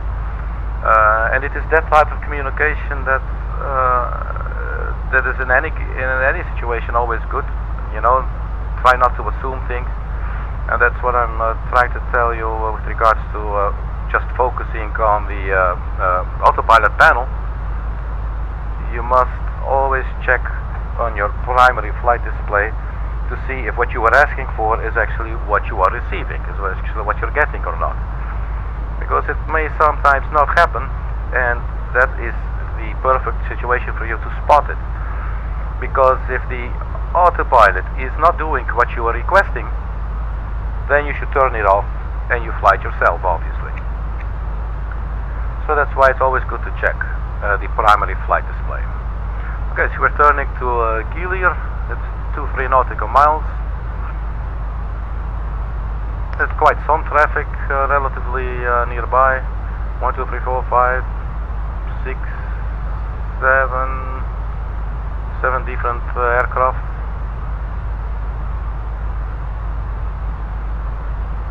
As you can see, there are still clouds.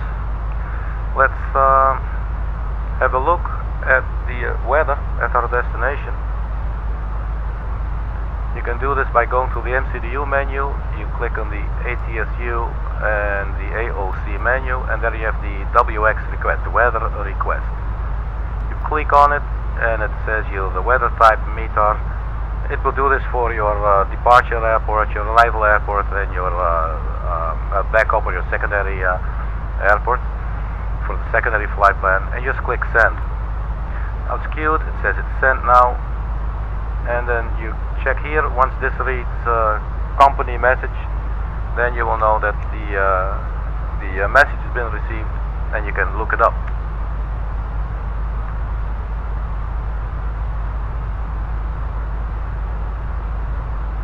So that's received. Oops, wrong button, my apology. Okay, so you click back and you go to the received messages, and there you see METAR. So we checked the METAR at 1553 Zulu hours. We already viewed it, but this one is new. 1710 Zulu hour. So we click it, and you can actually click the little print button right there. That is a very nifty and cool feature that is actually part of the original Airbus too. It actually starts printing it out for you.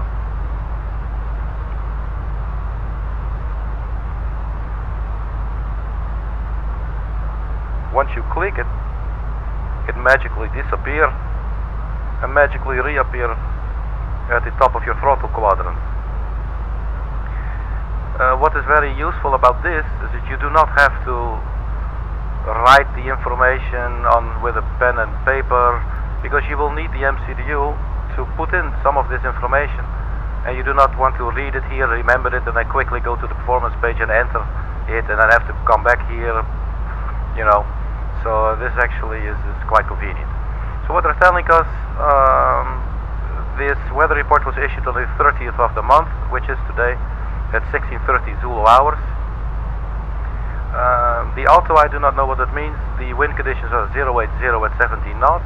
So if we are landing at runway 13, that should actually be fair. I believe the runway, the airport diagram, the runway layout there. Let's have a look. Yeah, so there's basically two options. So 13 is the best option for us. 13 left obviously is longer than the 13 right, so that's also good that we have been designated 13 left. Okay, so 13 left is good. So 080 at 70 knots, so we have a little crosswind from the left. Not really sure what the 4 9s mean. I will find this out later. I think clouds are broken at 31 feet. Overcast 39ers. 16 degrees and dew point 13. QNH 1010. And tempo, I don't know, the rest I do not understand at this moment. But this is the information that we will actually need. Let's have a look at our whereabouts. We are now 41 nautical miles from Geneva, so Geneva will be our top of descent. So we should start getting ready. In the meantime, let's enter the information into the performance page. So you go, it's now sitting in the Airbus, is now in the cruise configuration. We click the next phase is descent, and the phase after that, that is our approach for ILS 13 left. So the barrow, as you saw earlier on the final approach chart, was decision height of 50 feet, so we put that in there. QNH, we can see here it was 1010. You go ahead and you enter it in.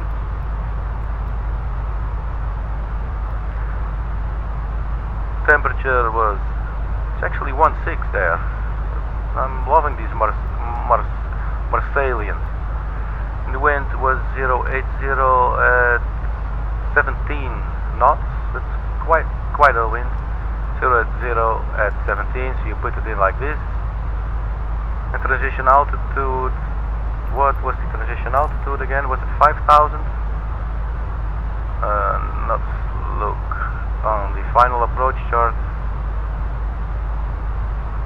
5,000 feet is the transition altitude. You put in 5,000 like so, and you click it.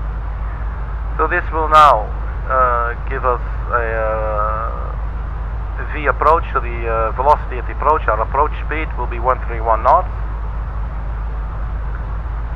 We're going to do a full flap landing. You could choose to do a flap 3 landing. You can see your approach speed then goes up a little higher. But we're not going to do this. We're going to fly a full flap landing. So the approach speed will be 131. This information is now all been entered correctly. So that's good. Let's have a look now if we can start our descent already. We're 24 nautical miles. What I'm going to do is put in 290. It's just sitting there armed. I'm not pressing anything yet. I am, however, going to go to managed speed mode, because I obviously would like the aircraft to not fly too fast when we are descending, because once it is descending, it should follow on managed speed mode 288 knots.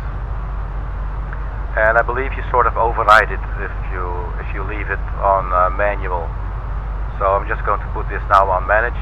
So for the final legs of our flight, we will be going a little bit slower than we were during the cruise, which seems quite normal to me. So we have all this information set, so that's good. Basically now we're waiting for the Geneva VOR to get closer, or rather for us to get closer to the Geneva VOR, so that we can start our descent. And as I said earlier, the moment you hit your descent, the engines will go to idle, and you should check here if it's actually doing so. And it should also here say probably open descent, because you choose a descent yourself manually, because you put in a certain flight level and you're telling the Airbus, I want you to go there, so then it's going to do it. So it's going to call it probably open descent. And navigation should probably still stay the same, should still be on navigation.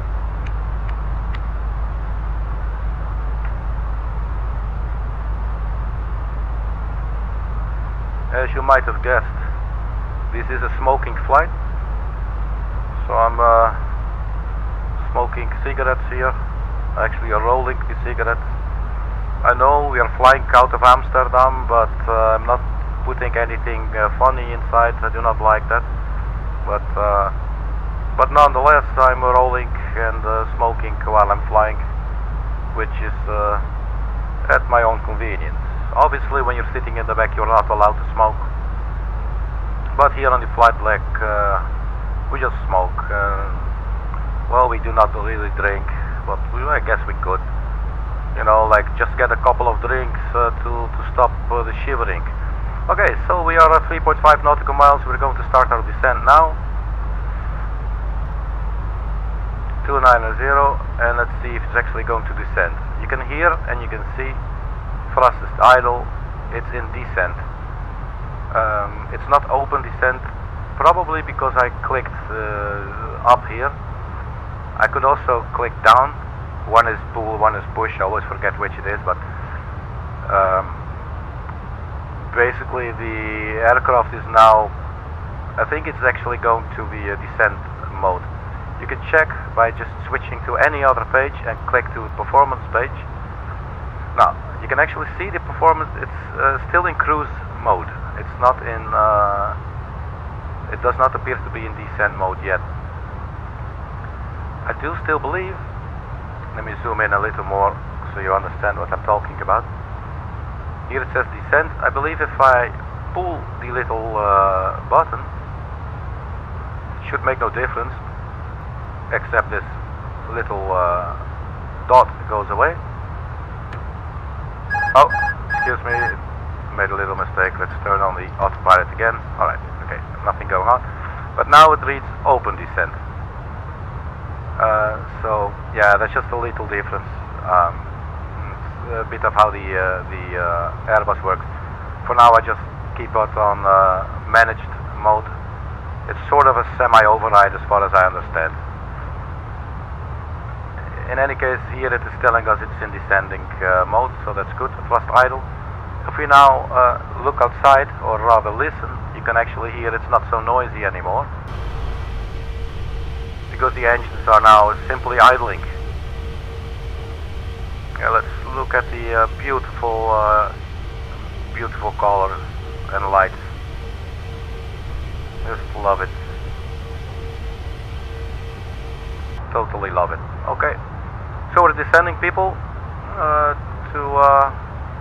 we're Alt Star, which means that we are, yes, we descended quite early, but it's fine. So we are almost at our designed designated altitude of 290.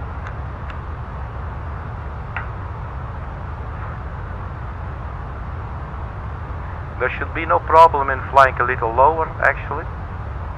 Zoom out a little. Obviously there's some constraints here as well. So at MTL, at least like not above 190, so at or above 190.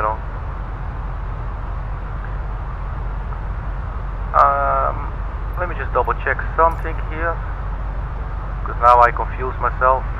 Something that I always like to do. No, this was actually correct, 290. But we are allowed to go below 290 as well. So if, you know, what I said earlier, I feel a little funny having the initial approach very high, and then all of a sudden you need to drop down, because when you drop down that quickly, you are definitely, you know, going to pick up a little more speed.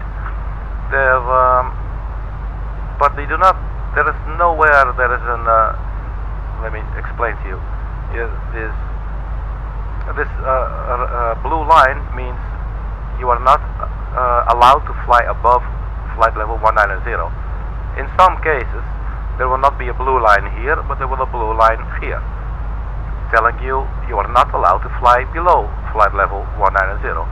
But in yet other cases, there will be two lines, one above and one below, and that would mean you need to fly precisely at flight level 190 when you are here. But there are no such constraints, so what I'm going to do is fly a little bit lower. Let's see if we can do we have the terrain? Not sure of the terrain. I believe the terrain has functioned again now. Do we need the weather? Nah, we could do without the weather for now. Let's turn on the terrain. What I'm going to do is just drop to 190.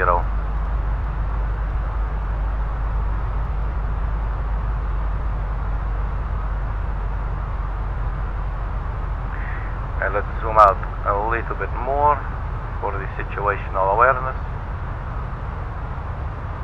MTL, and then there's a left turn.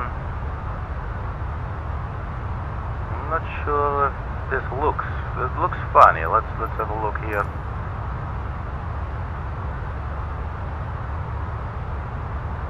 Courier. Yeah, so there's courier.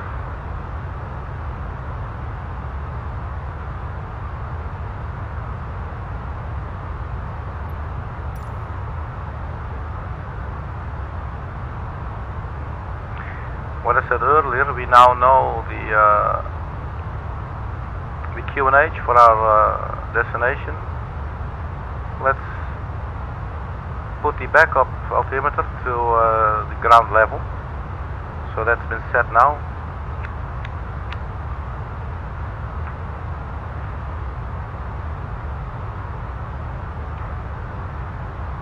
Something with the approach, I just want to double check now.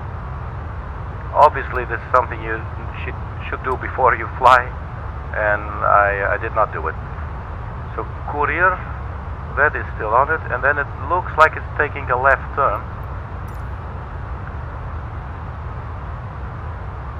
That sort of seems to add up,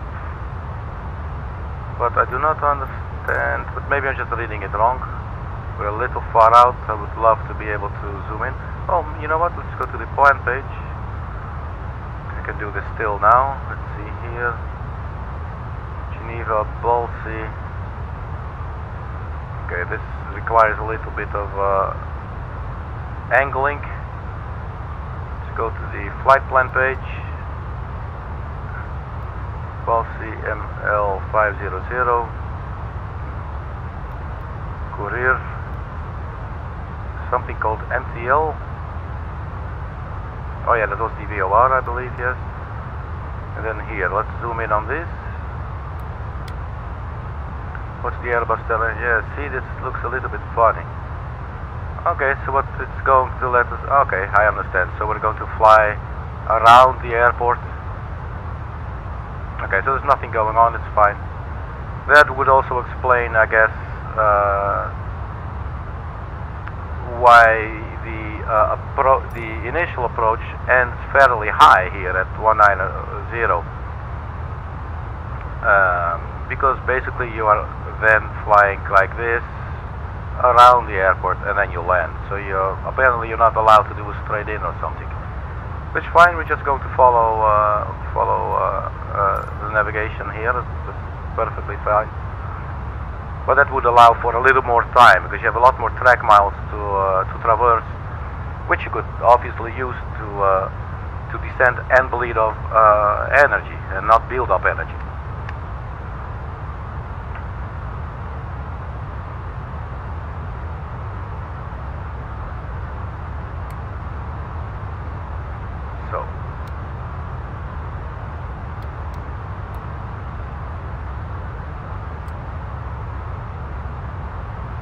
So we are descending to our destination.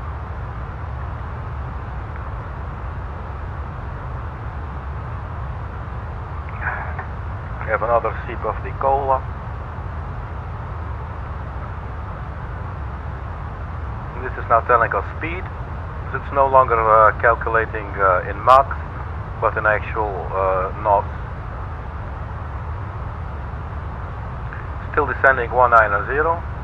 So the Airbus goes to the Alt Star mode, which is telling us that it's nearing the set altitude. Engines are picking up a little bit now.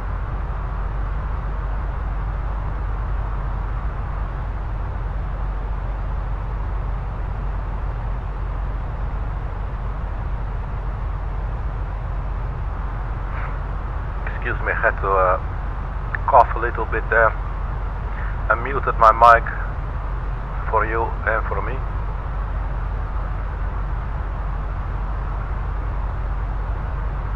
Okay, so MTL, we should be at 190 if I see this correctly.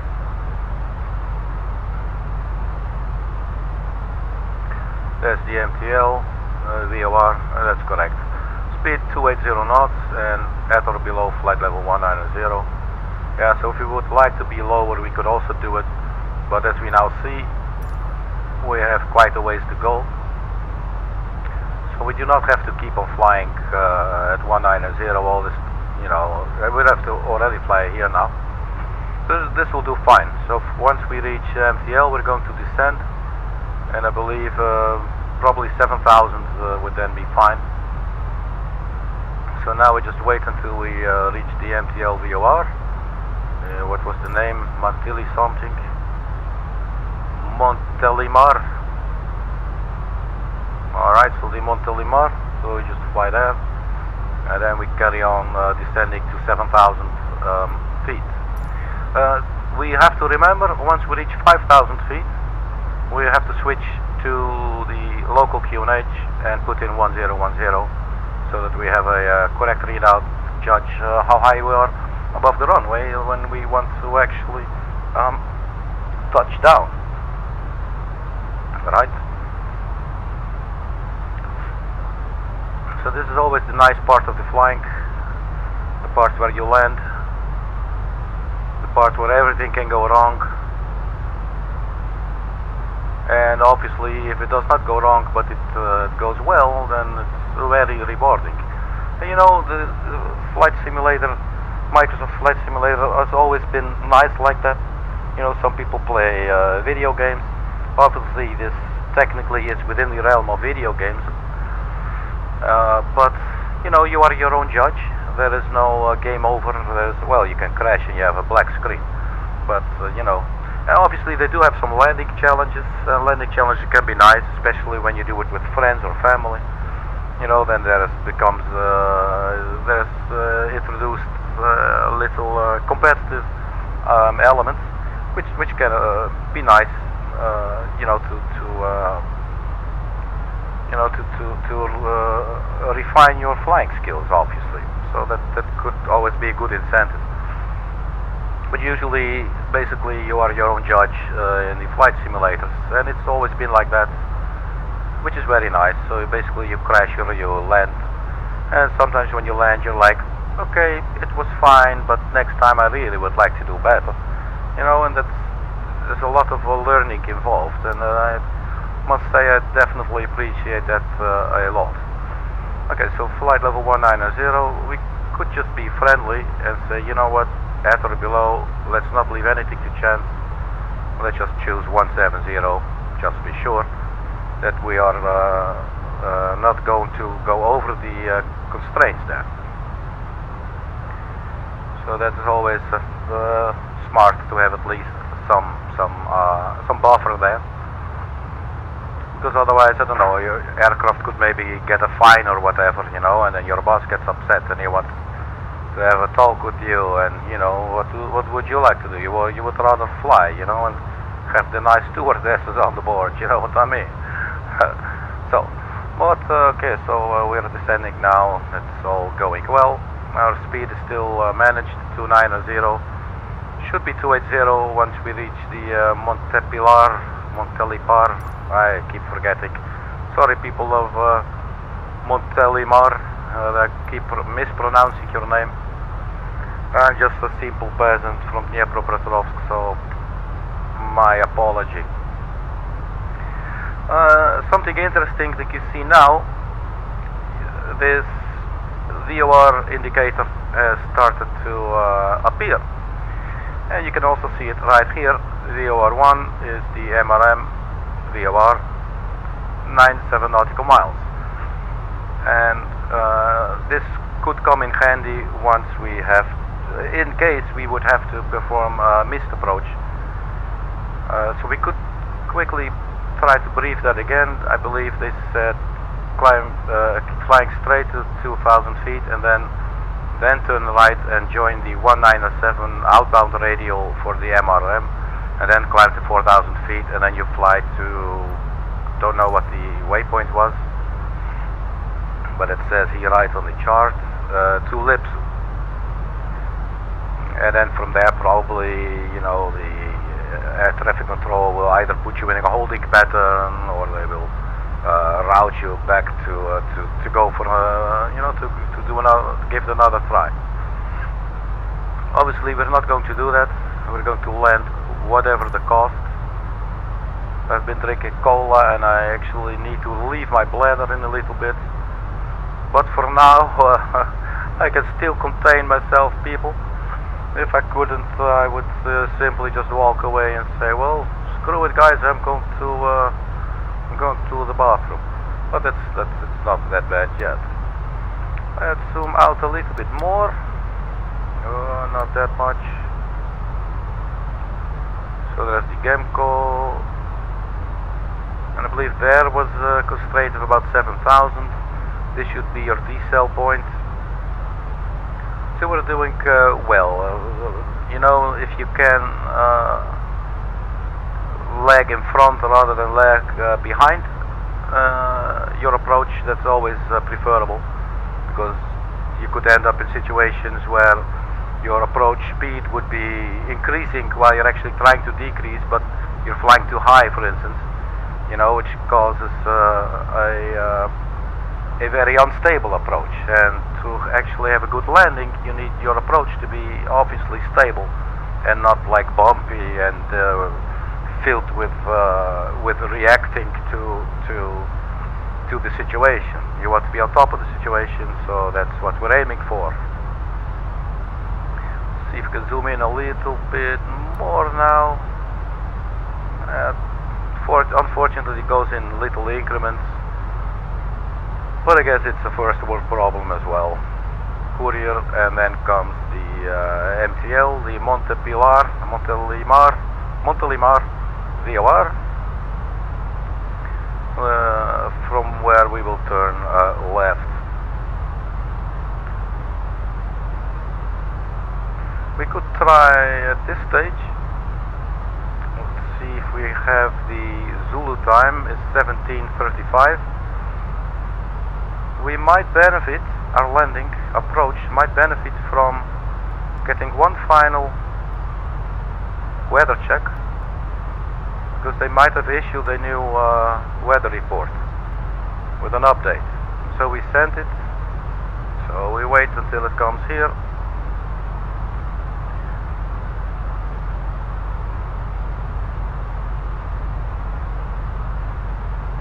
And abracadabra, please appear. Thank you very much. Let's just zoom in like this. And let's have a look if anything has changed. We go to the received messages, meter, that's new. What did I click? Did I click? Oh, I clicked meter. Why is it not showing anything? That is new to me. Weather request. Yeah, usually this happens when you click 80s, but I believe I actually clicked meter. Just do it one more time. And if there's nothing, then it's also fine. We'll just land it anyway. Okay, so we are 8.6 nautical miles from Mike Tango Lima. So, you know what, we're going to wait. Now we're going to wait a little bit more. Just wait for the company message to come back. Let's just double check what the hell is going on. Ah, there you go, this looks better. Click the print button. Actually didn't even read it. Maybe it's still the same timestamp. Why not have a look at it? 1700, yeah, so this is actually the latest one. Are there any differences? 080 at 16 knots, so it's 1 knot less. QNH 1010 still the same. Temperature 16, I believe, is also still the same. So basically the wind just changed a little bit. I'm sorry for the poor camera work. Okay, so 0 at 16 knots, so we go to the performance page again. Next phase is 16. So yeah, so what you can do now, instead of typing it all over again, you can do //016 016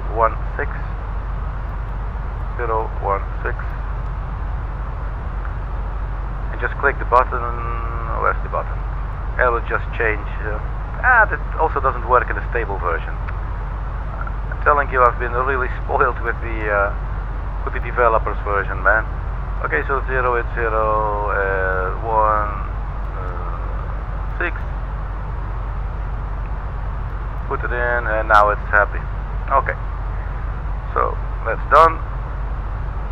Let's see, we are still in descent mode. Fine. I'm going to descend us now to, I think 7,000 feet should be fine. So put in 7,000 and click descent.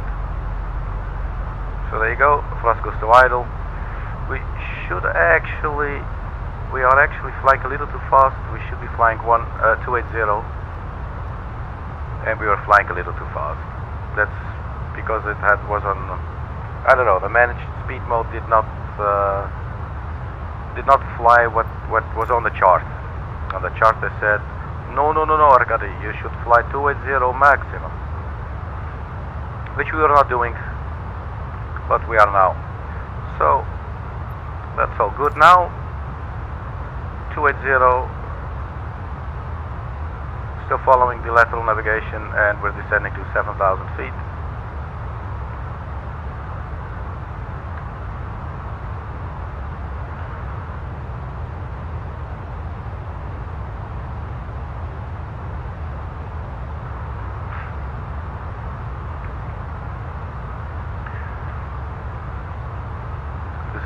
Really pitch black outside. So a little look at the weather. Just turn off the terrain. Yeah, the weather is weathering. I can tell you that. It does not look like. You can see what I said earlier. You can see by the lighting on the displays that we're going through levels of clouds now. There you go again. See it lights up like crazy. Not sure if that's a Microsoft issue or a fly-by-wire. In any case, it doesn't matter. We know it, so we just adapt. So we're now 62 nautical miles from Gidzenko. Yeah, we just keep on descending. We could turn on the landing system now, because laterally we are actually quite close to the ILS. It's about 40 nautical miles. I think around 15 is probably when we're here it should kick in, and you should see it here in the lower left of your primary flight display. But so this is on now. Once we descend below flight level 100, we are going to turn on the landing lights. We will have to wait with the actual nose wheel steering lights and the takeoff lights a little bit. We could maybe request the passengers to turn on the seatbelt. So let's turn on the seatbelt sign there. Check everything else should be fine.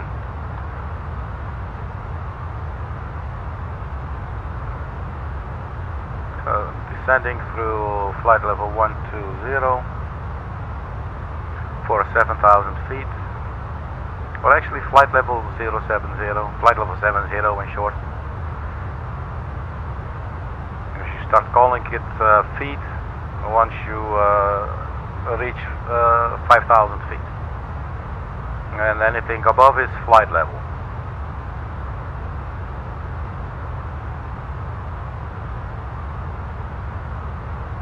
So everything looking good.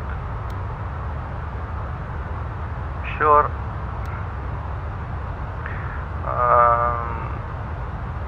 I'm going to manage the speed myself. Go to 250, because usually when you are flying below flight level 100, you should not fly any faster than 250 knots.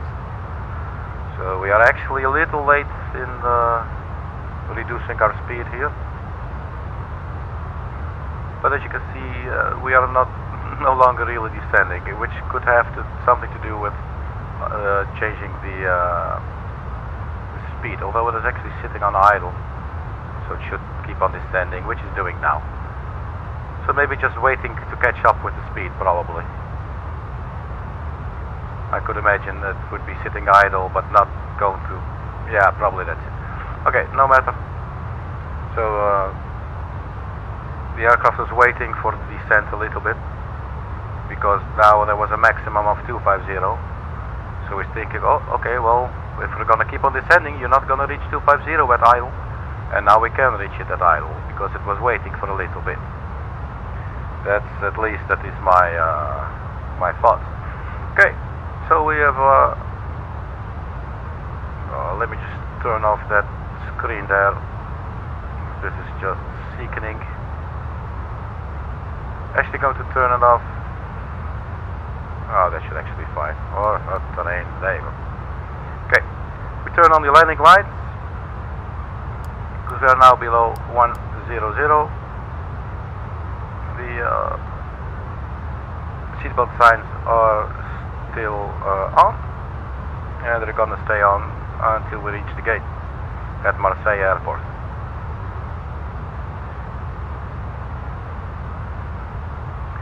The VOR still alive. It's pointing straight at the VOR. The landing system is armed, but it's not yet picking up. Should actually be around here, I guess. So that's fine. So we're still descending to 7,000. See if you can zoom in one little step and delete some of the constraints. Yes, it's 7,000. So it's only once after we fly this whole turnaround, and then that's our first constraint. Flight level 70, 50. So now we're just going to patiently fly the arrival routing. Is there anything else we can do with regards to being prepared? I do not think so at this moment. We can have a little. We can still wait with the APU restarting. The nozzle steering lights are not yet required as well. We are at the speed constraint, that's good, and we are reaching flight level 70. And then from here on we'll just cruise to simply go around the airport.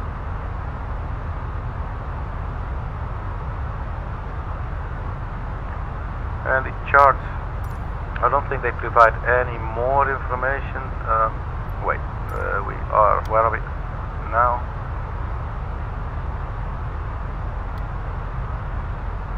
Gidzenko. Yeah, I believe this is no longer on this chart. No, it is not. That's fine. We can have a look at the final approach chart, but here they only talk about zebra and the rest is to the north.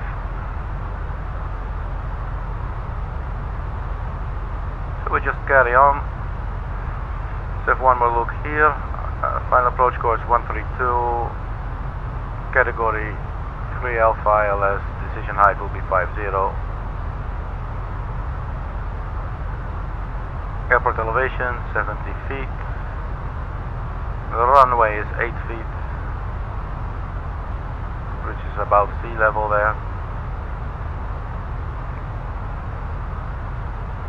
So yeah, this is not a very complicated approach. Once we are 1.5 nautical miles from MTG, we should be at 4,000. That's zebra. ML, I believe, is the landing. Let's see here. ML. ML is the ILS DME. So we could see if the field has been populated now in the RadNav page. It should say 132 degrees 110.3 Mike Lima. Not sure if it's gonna show the Mike Lima there either. Let's go to the RadNav page. It says Mike Lima 110.3 course 132. So the approach course and the approach frequency have all been picked up automatically by the Airbus. Thank you, Airbus. That's very lovely. So that's good. So the ML, yeah, and where is the ML located? It looks like it's at the beginning of the runway. Perhaps you could also see it here. Sometimes it will show on the airport diagram as well. I do not think that is the case here. Sometimes you can see this little thingy sitting there.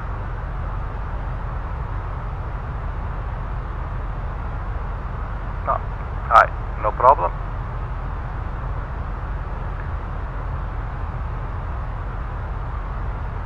There's also a ADF, looks like it, 383 Mars.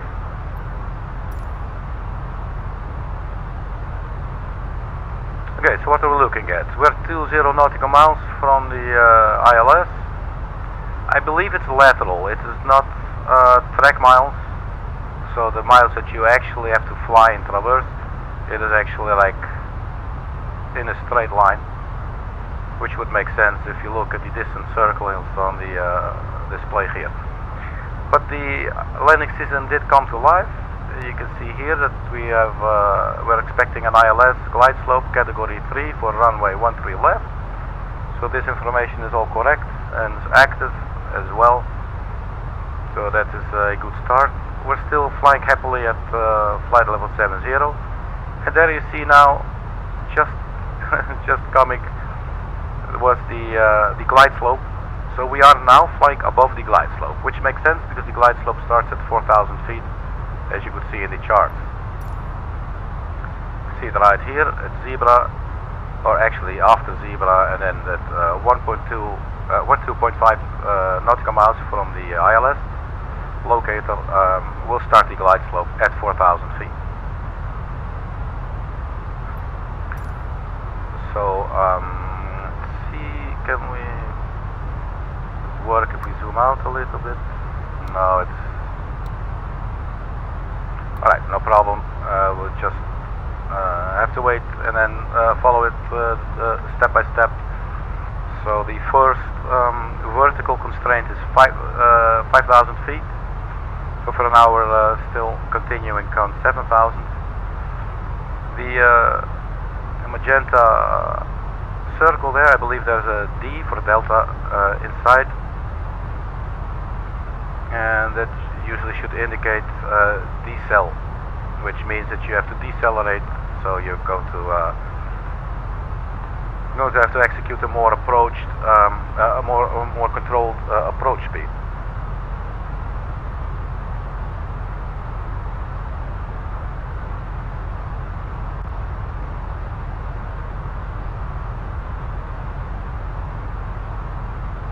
Right, so we're getting close.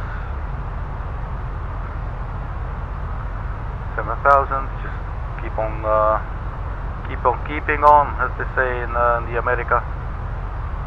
7,000.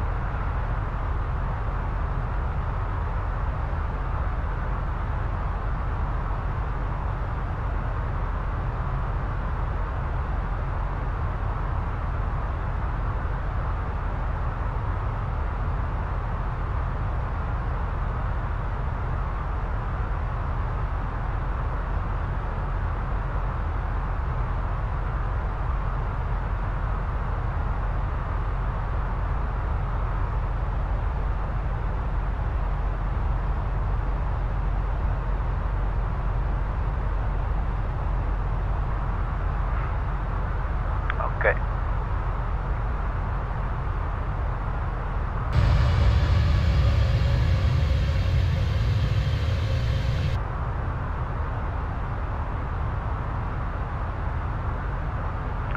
So decelerate,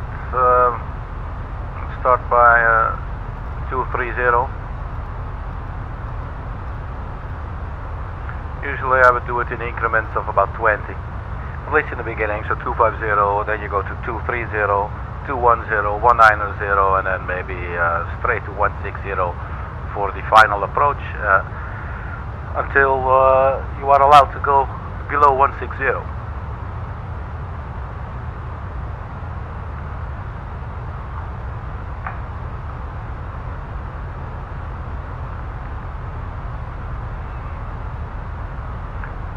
So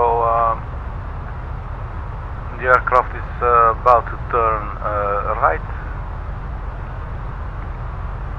I will roll my pre-landing cigarette, my rolling with the rolling tobacco, and let's see if we can get this Airbus on the ground in one piece, and preferably even have a good vertical rate as well. You know, like would be nice if you have a nice landing rate.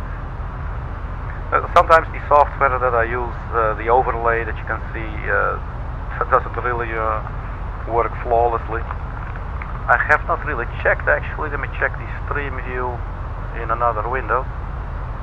See if that's all. Well, it actually still looks to be working, so that's good. So flying from Amsterdam to Marseille. ETA is 1757. Well, that should actually be sort of now, so that appears to be lagging a little bit. Heading 153, that is correct. The altitude is correct, and the ground speed. Cannot really see. It looks a little high. Let me zoom in here. Yeah, the ground speed looks a little high, I guess. But maybe I'm reading it wrong.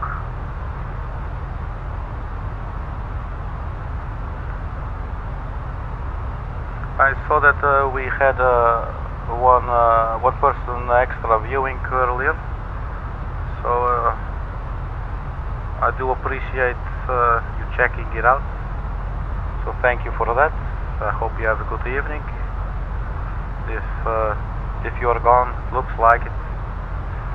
So I hope you have a good evening. Thank you very much for checking as long as you did.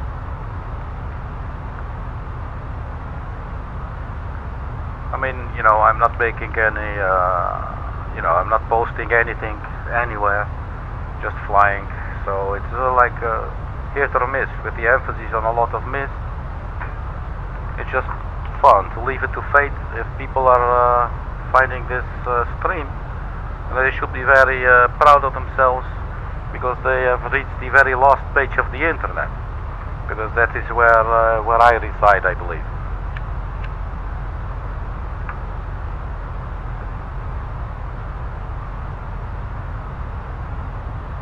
So we're about to turn. Speed is 230.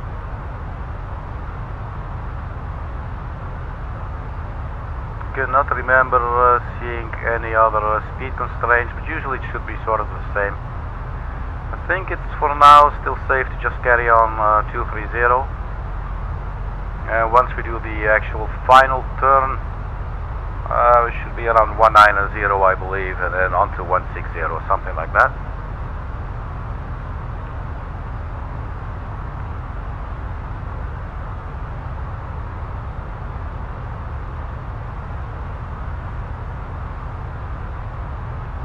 You see there's some turbulence picking up slightly.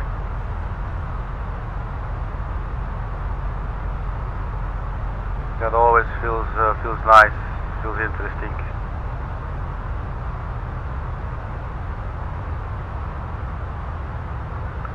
So let's see if we zoom in, what else we can see.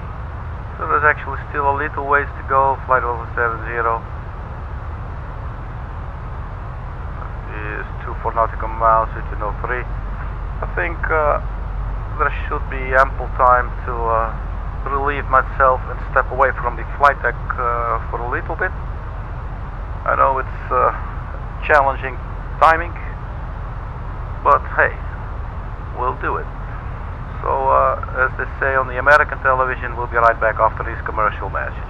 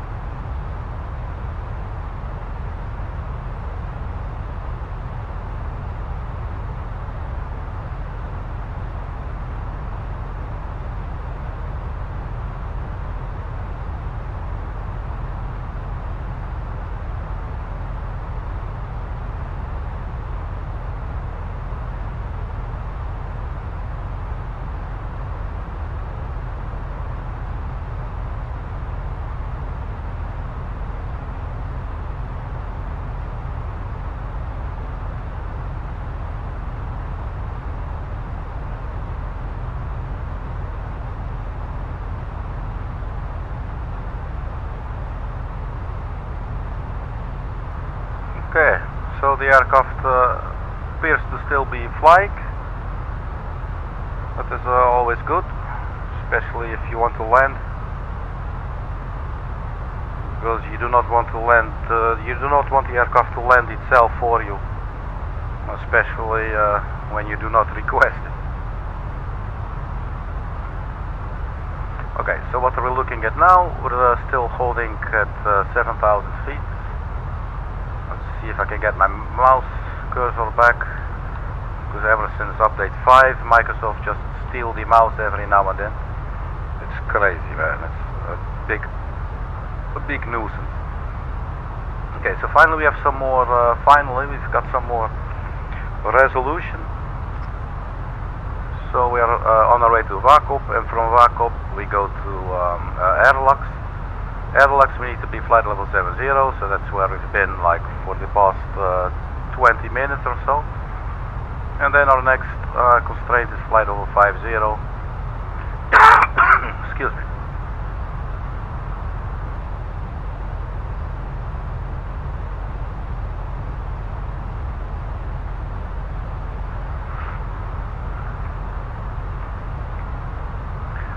Zoom out or zoom in, I mean a little more and actually see something. Not really. What I am going to do is reduce speed to 10,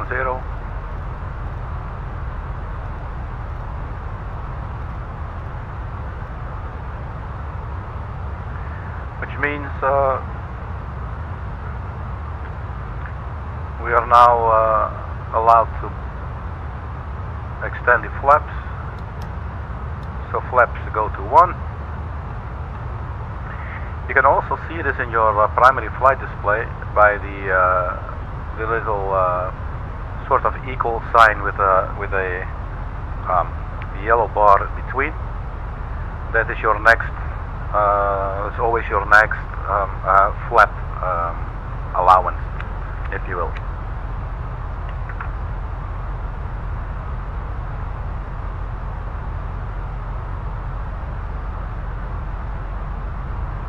Okay, so here we go for the final approach. Turning to Airlux now, still at flight level 70. We are still above the glide slope.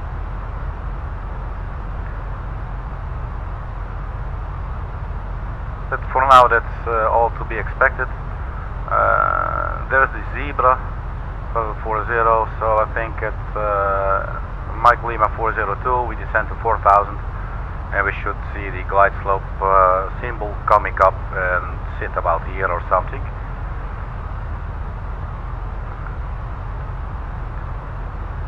Could try to see maybe out of the window, but yeah, it's pretty overcast here, so let's not bother with that. So we just carry on our approach as if we were professionals.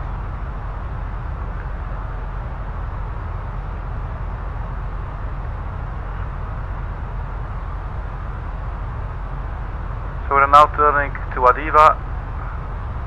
So 5,000 feet, we put that in. Open descent, because I pulled the little button down. Thrust idle. We remain at 210 knots. Once we reach flight level 050 or flight level 50, we are going to switch to the local QNH.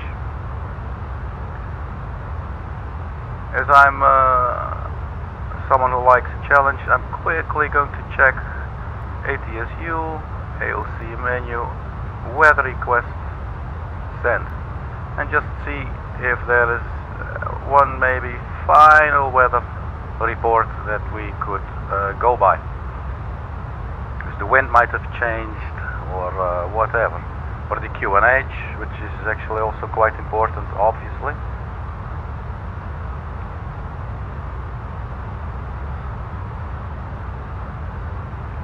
So the message received, let's have a look.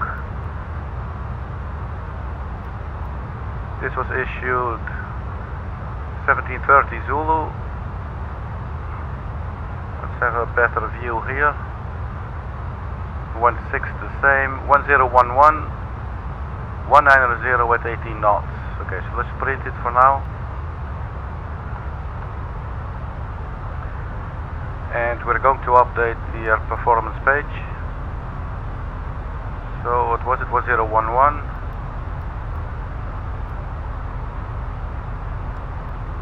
I will double check this later once I get the printed paper. 1011, what's our altitude now? 5000. So we should be getting there now.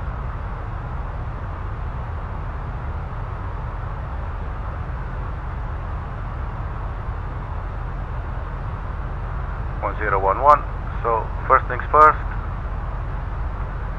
put in 1011.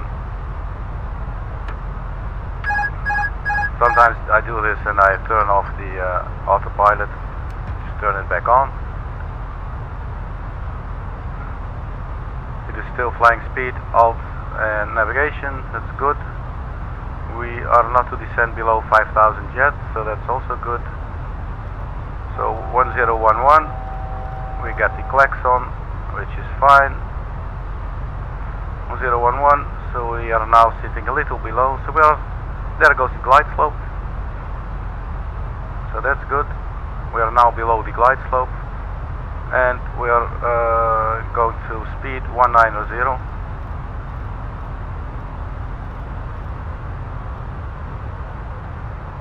which means that we could start extending the flaps to 2. So we're getting really close. So what we're doing now is the pre-landing setup, nose wheel steering lights and takeoff lights. And we also arm the ground spoilers, and we can now go to flap 2. Let's double check here, that looks perfectly fine. We're below the glide slope, so I'm happy to see that. We arm the localizer, you can see the localizer is blue. It is armed, but it is not boxed. Once it is boxed, we're good. We are intercepted. We now go flight level, or we actually go altitude 4000 feet. Do that, and we'll reduce speed. 180 is fine for me. Fortunately, we are still below the glide slope.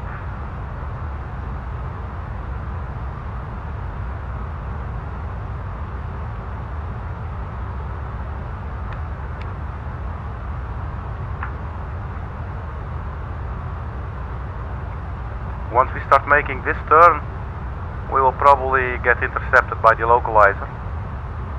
We're making the final turn now.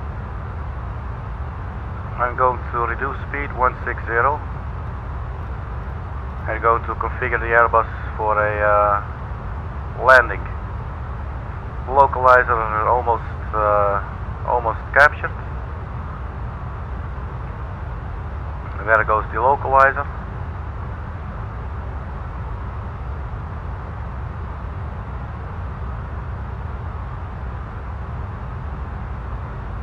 We could maybe now switch, performance approach. So we are in approach, so we could maybe actually stand by. I'm going to do it manually, or semi-manually.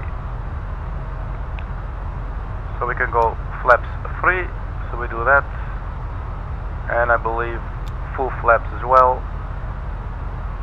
The localizer does not appear to be armed fully, but I'm going to switch to approach now. And you can see that, sorry, but the mouse keeps going. You can see category 3 single. You can now, if you want, also engage autopilot 2. This is what you would do if you would do a auto landing. And we're going to reduce speed 140. We are 13 nautical miles out.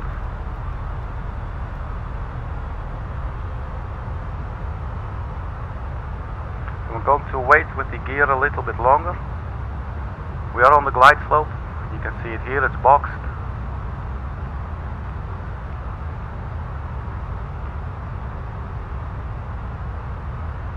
But that's good news. I'm going to turn off the radar.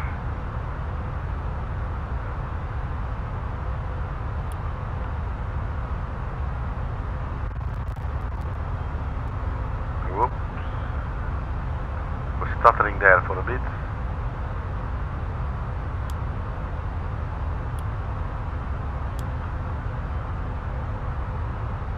Why is the radar? Is it? Oh, it's terrain. My bad. Okay. Okay, 140. We are flaps full. Flaps full. Speed 140. For 11 nautical miles out. There is no visual yet. But we're doing a category 3 ILS, so the excuse me. The visual should only be at 50 feet. Going to crank it back a little bit, even further. 136, nice and steady. We're 10 nautical miles out.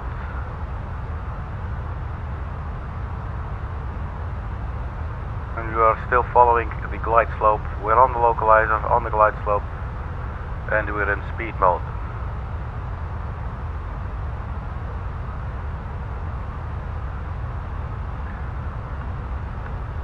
In preparation for arriving at the gate, usually, probably here in Marseille, they will have, where's my mouse, man? They will have ground power units, but I will, it's a good practice, just start up your APU, or if you run into any kind of problems or anything, you just have your internal power anyway.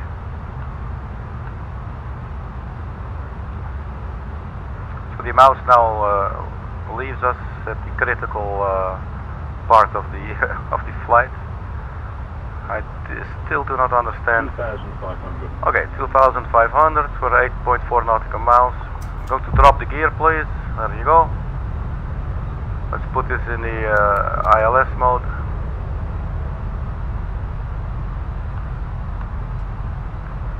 There's a lot of rain. I'm going to not yet. We'll have to put in the speed brake, the auto brake. I'm going to put it to low. Shall we put it to medium? I'm not really sure. I believe low is actually still fine, even though it is raining. Okay, so we are now fully configured for landing. Let's quickly double check. So the ground spoilers arms, flaps are full. The APU is available and is now running. All the lights are on, so we alert the ground crew, or the flight crew, Please prepare for landing. that we are about to land. So they're going to sit down, strap themselves in. They got some flight BDSM going on there in the back of the airplane. You can see here it's the VOR. We're pointing almost straight at the VOR. So in case we do need to go around, we'll carry on the runway heading.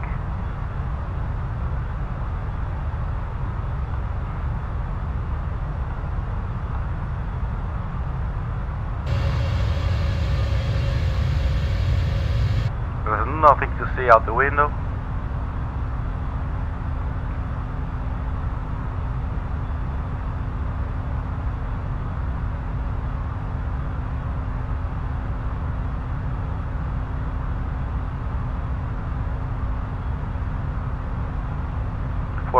feet. Reduce speed 133. I believe 131. Oh, 133. That's the vertical. That's the velocity, approach velocity. There you go. There's the runways. There's the outer marker that you can hear. That is our runways. We have a visual. That's good news. Here you see and hear the outer marker symbol.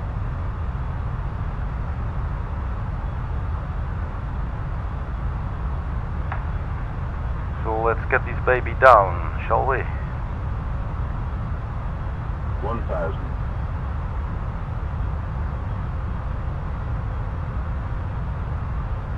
1,000 feet.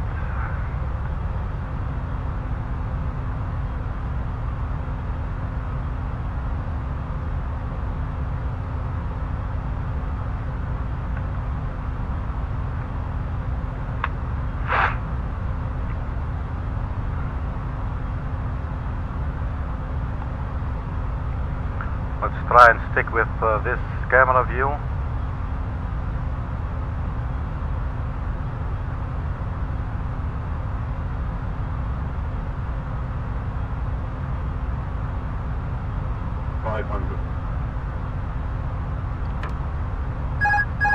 Okay, so disengage the autopilot. 400. 400.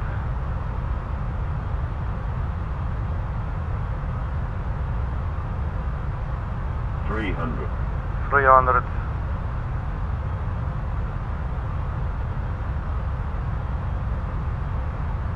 200. 200. 100 above. 100 above, a little high. 100. 100. Aim for the touchdown Minimum. zone. 40. 30. Idle. 20. 10. 5. Touchdown. Reversers out. Find the center line.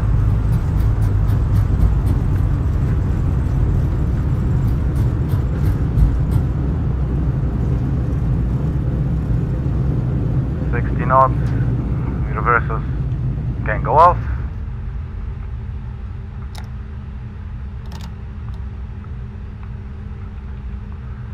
And we take the first intersection, and it's, I believe it's here on our left.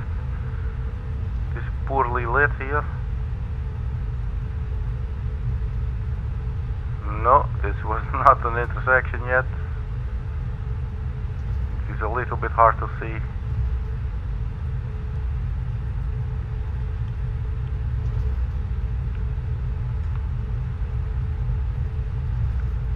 Welcome to Marseille, everybody. It's the south of France. Looks like they are not having any nice weather. The only nice weather that we could see was above the clouds.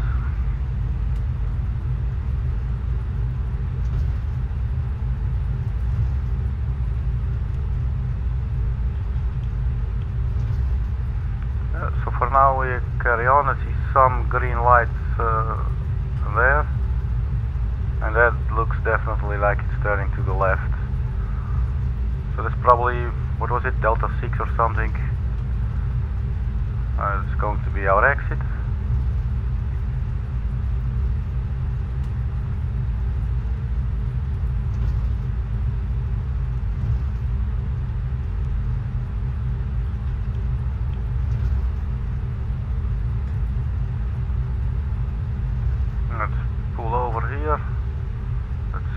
Clear of the runway. So we are now clear of the runway. From 8.2 clear of the runway. There you go. Let's turn on the parking brake. Let's have a little look at the charts here. So we are, where are we? So we landed, yeah, probably the Delta 6 here. Let's have a look. That's right, so we exit the runway via the Delta 6. We take not a left, but yes, I think actually we do take a left here, otherwise I do not think these connect. So turn left, Golf 10, Golf 9, Golf 8, not really sure. Oh, these are to go to this part. I think we should be going to Terminal 1A, Terminal 2, General Aviation Terminal. Whatever, Terminal 1A is probably fine. This area, so you basically just follow here and then go through, I don't know, Golf 5, Golf 4, something like that. We'll see it once we get there. Unfortunately, we have no ATC pointing us in any kind of direction.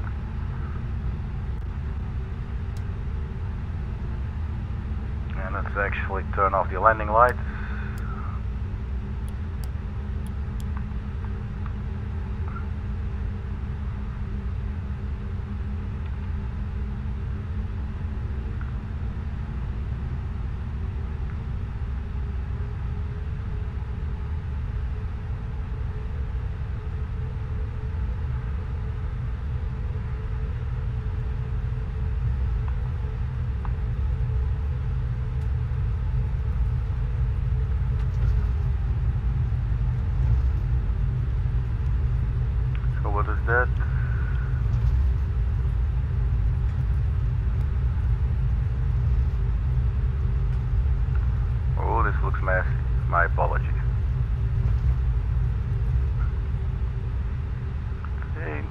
probably can go on a little further. It's always a little difficult to see the designations here. Sorry.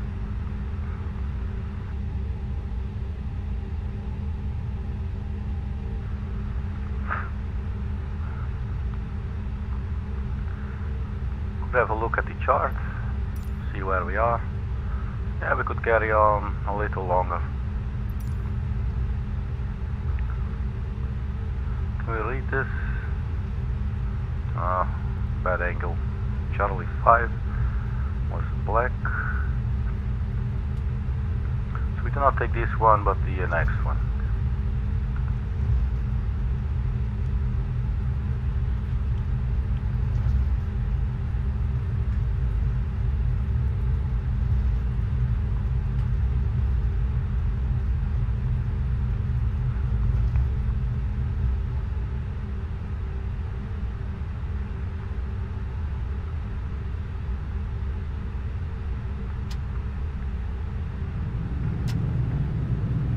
That was the reverser button. Okay, we no longer need the flight director in the landing system. They can come off.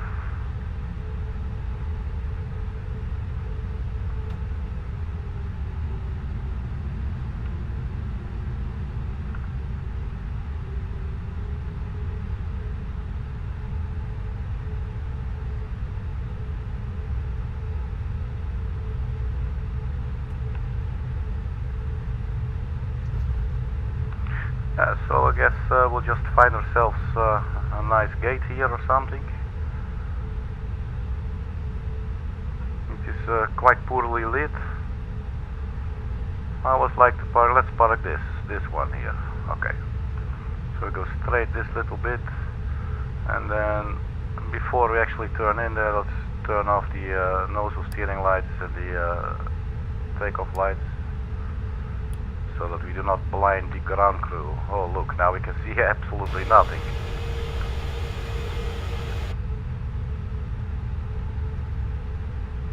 So we're not going to do that. I did not want to blind any ground crew, but I do also not want to drive my boss's airplane into any gates or anything, or other kinds of structures.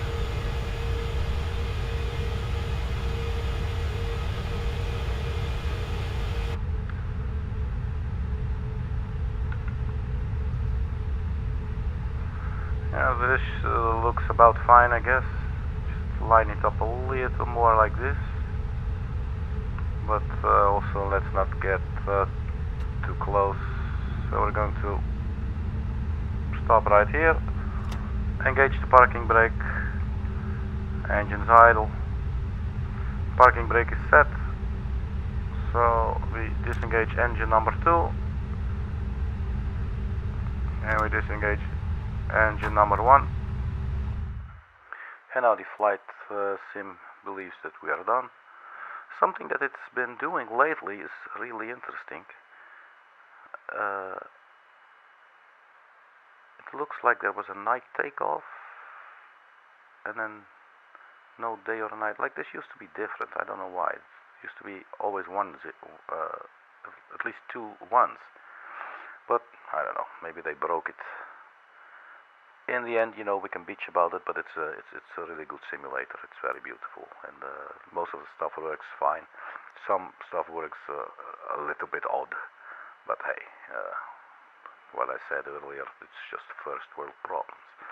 So total flight time was 1 hour 53 minutes. Let's just continue for now.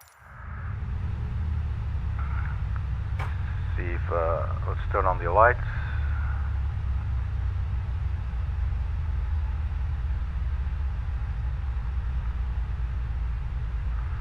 Turn on the dome lights. External power is available, so let's turn that on. And if you want to do it nicely, we just call the external power here as well, so that it gets animated on the outside, or at least we hope it would. It does not appear to be doing that. Probably we are a little bit too far maybe, but I'm good. So probably the Oh, the jetway is actually coming.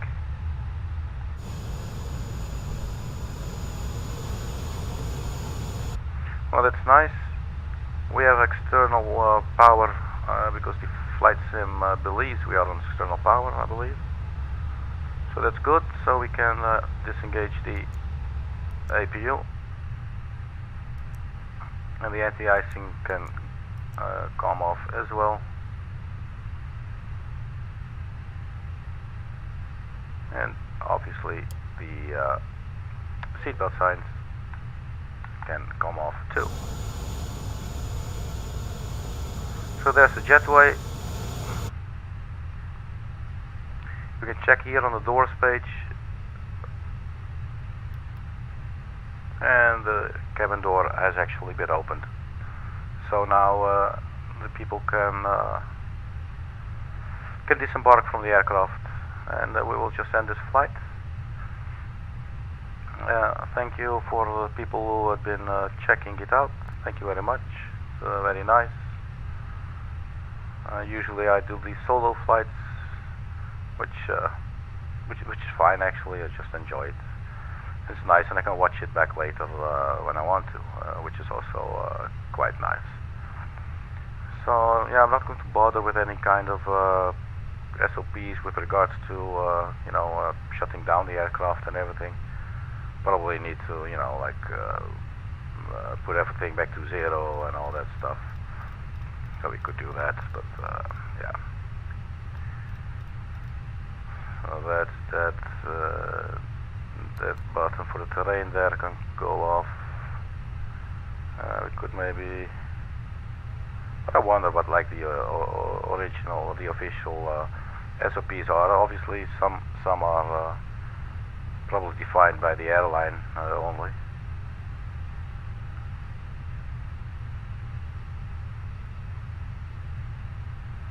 So yeah, this one and this one can go too. Well, I think I'm happy with this. Oh, there you go. All the little lights go, because the train can go off, as well as for the pilot monitoring. Let's also just put these on. So actually, as opposed to what I said earlier, we actually are bothering now.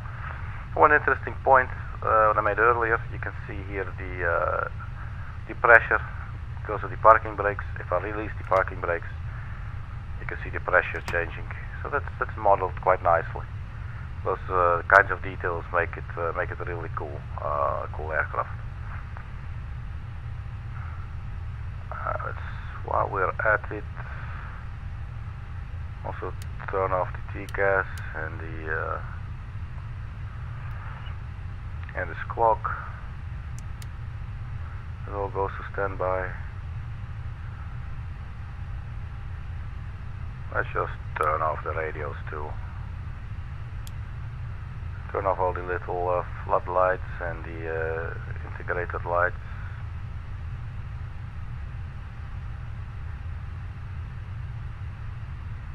And let's unlock the flight deck so that we can go out. Anything else? The beacon is on. Strobe lights can go off. Nav lights can go off. The wing tips. This is the wing tips, wing lights. They can go off. And this looks like it's quite fine. Could even turn off now the external power and the batteries, and it would leave us just with a little flashlight here. Oops, let's not do this. And turn off the little tablet as well. There's a little power button there. That's it, everybody. Thank you very much for checking the flight. Hope you had fun. And if you're not a regular or anything and you're not subscribed, feel free to do so. To become a regular and or to subscribe or like and all that stuff, like poke the algorithm so that you will see more of this kind of stuff as opposed to I don't know, whatever you do not like to see proposed to you. Anyway, thank you for checking it out, everybody. Have a really good night. Be kind to one another. This is your pilot, Arkady Gidzenko, your personal funky scene pilot speaking. Have a good day, everybody. Bye-bye.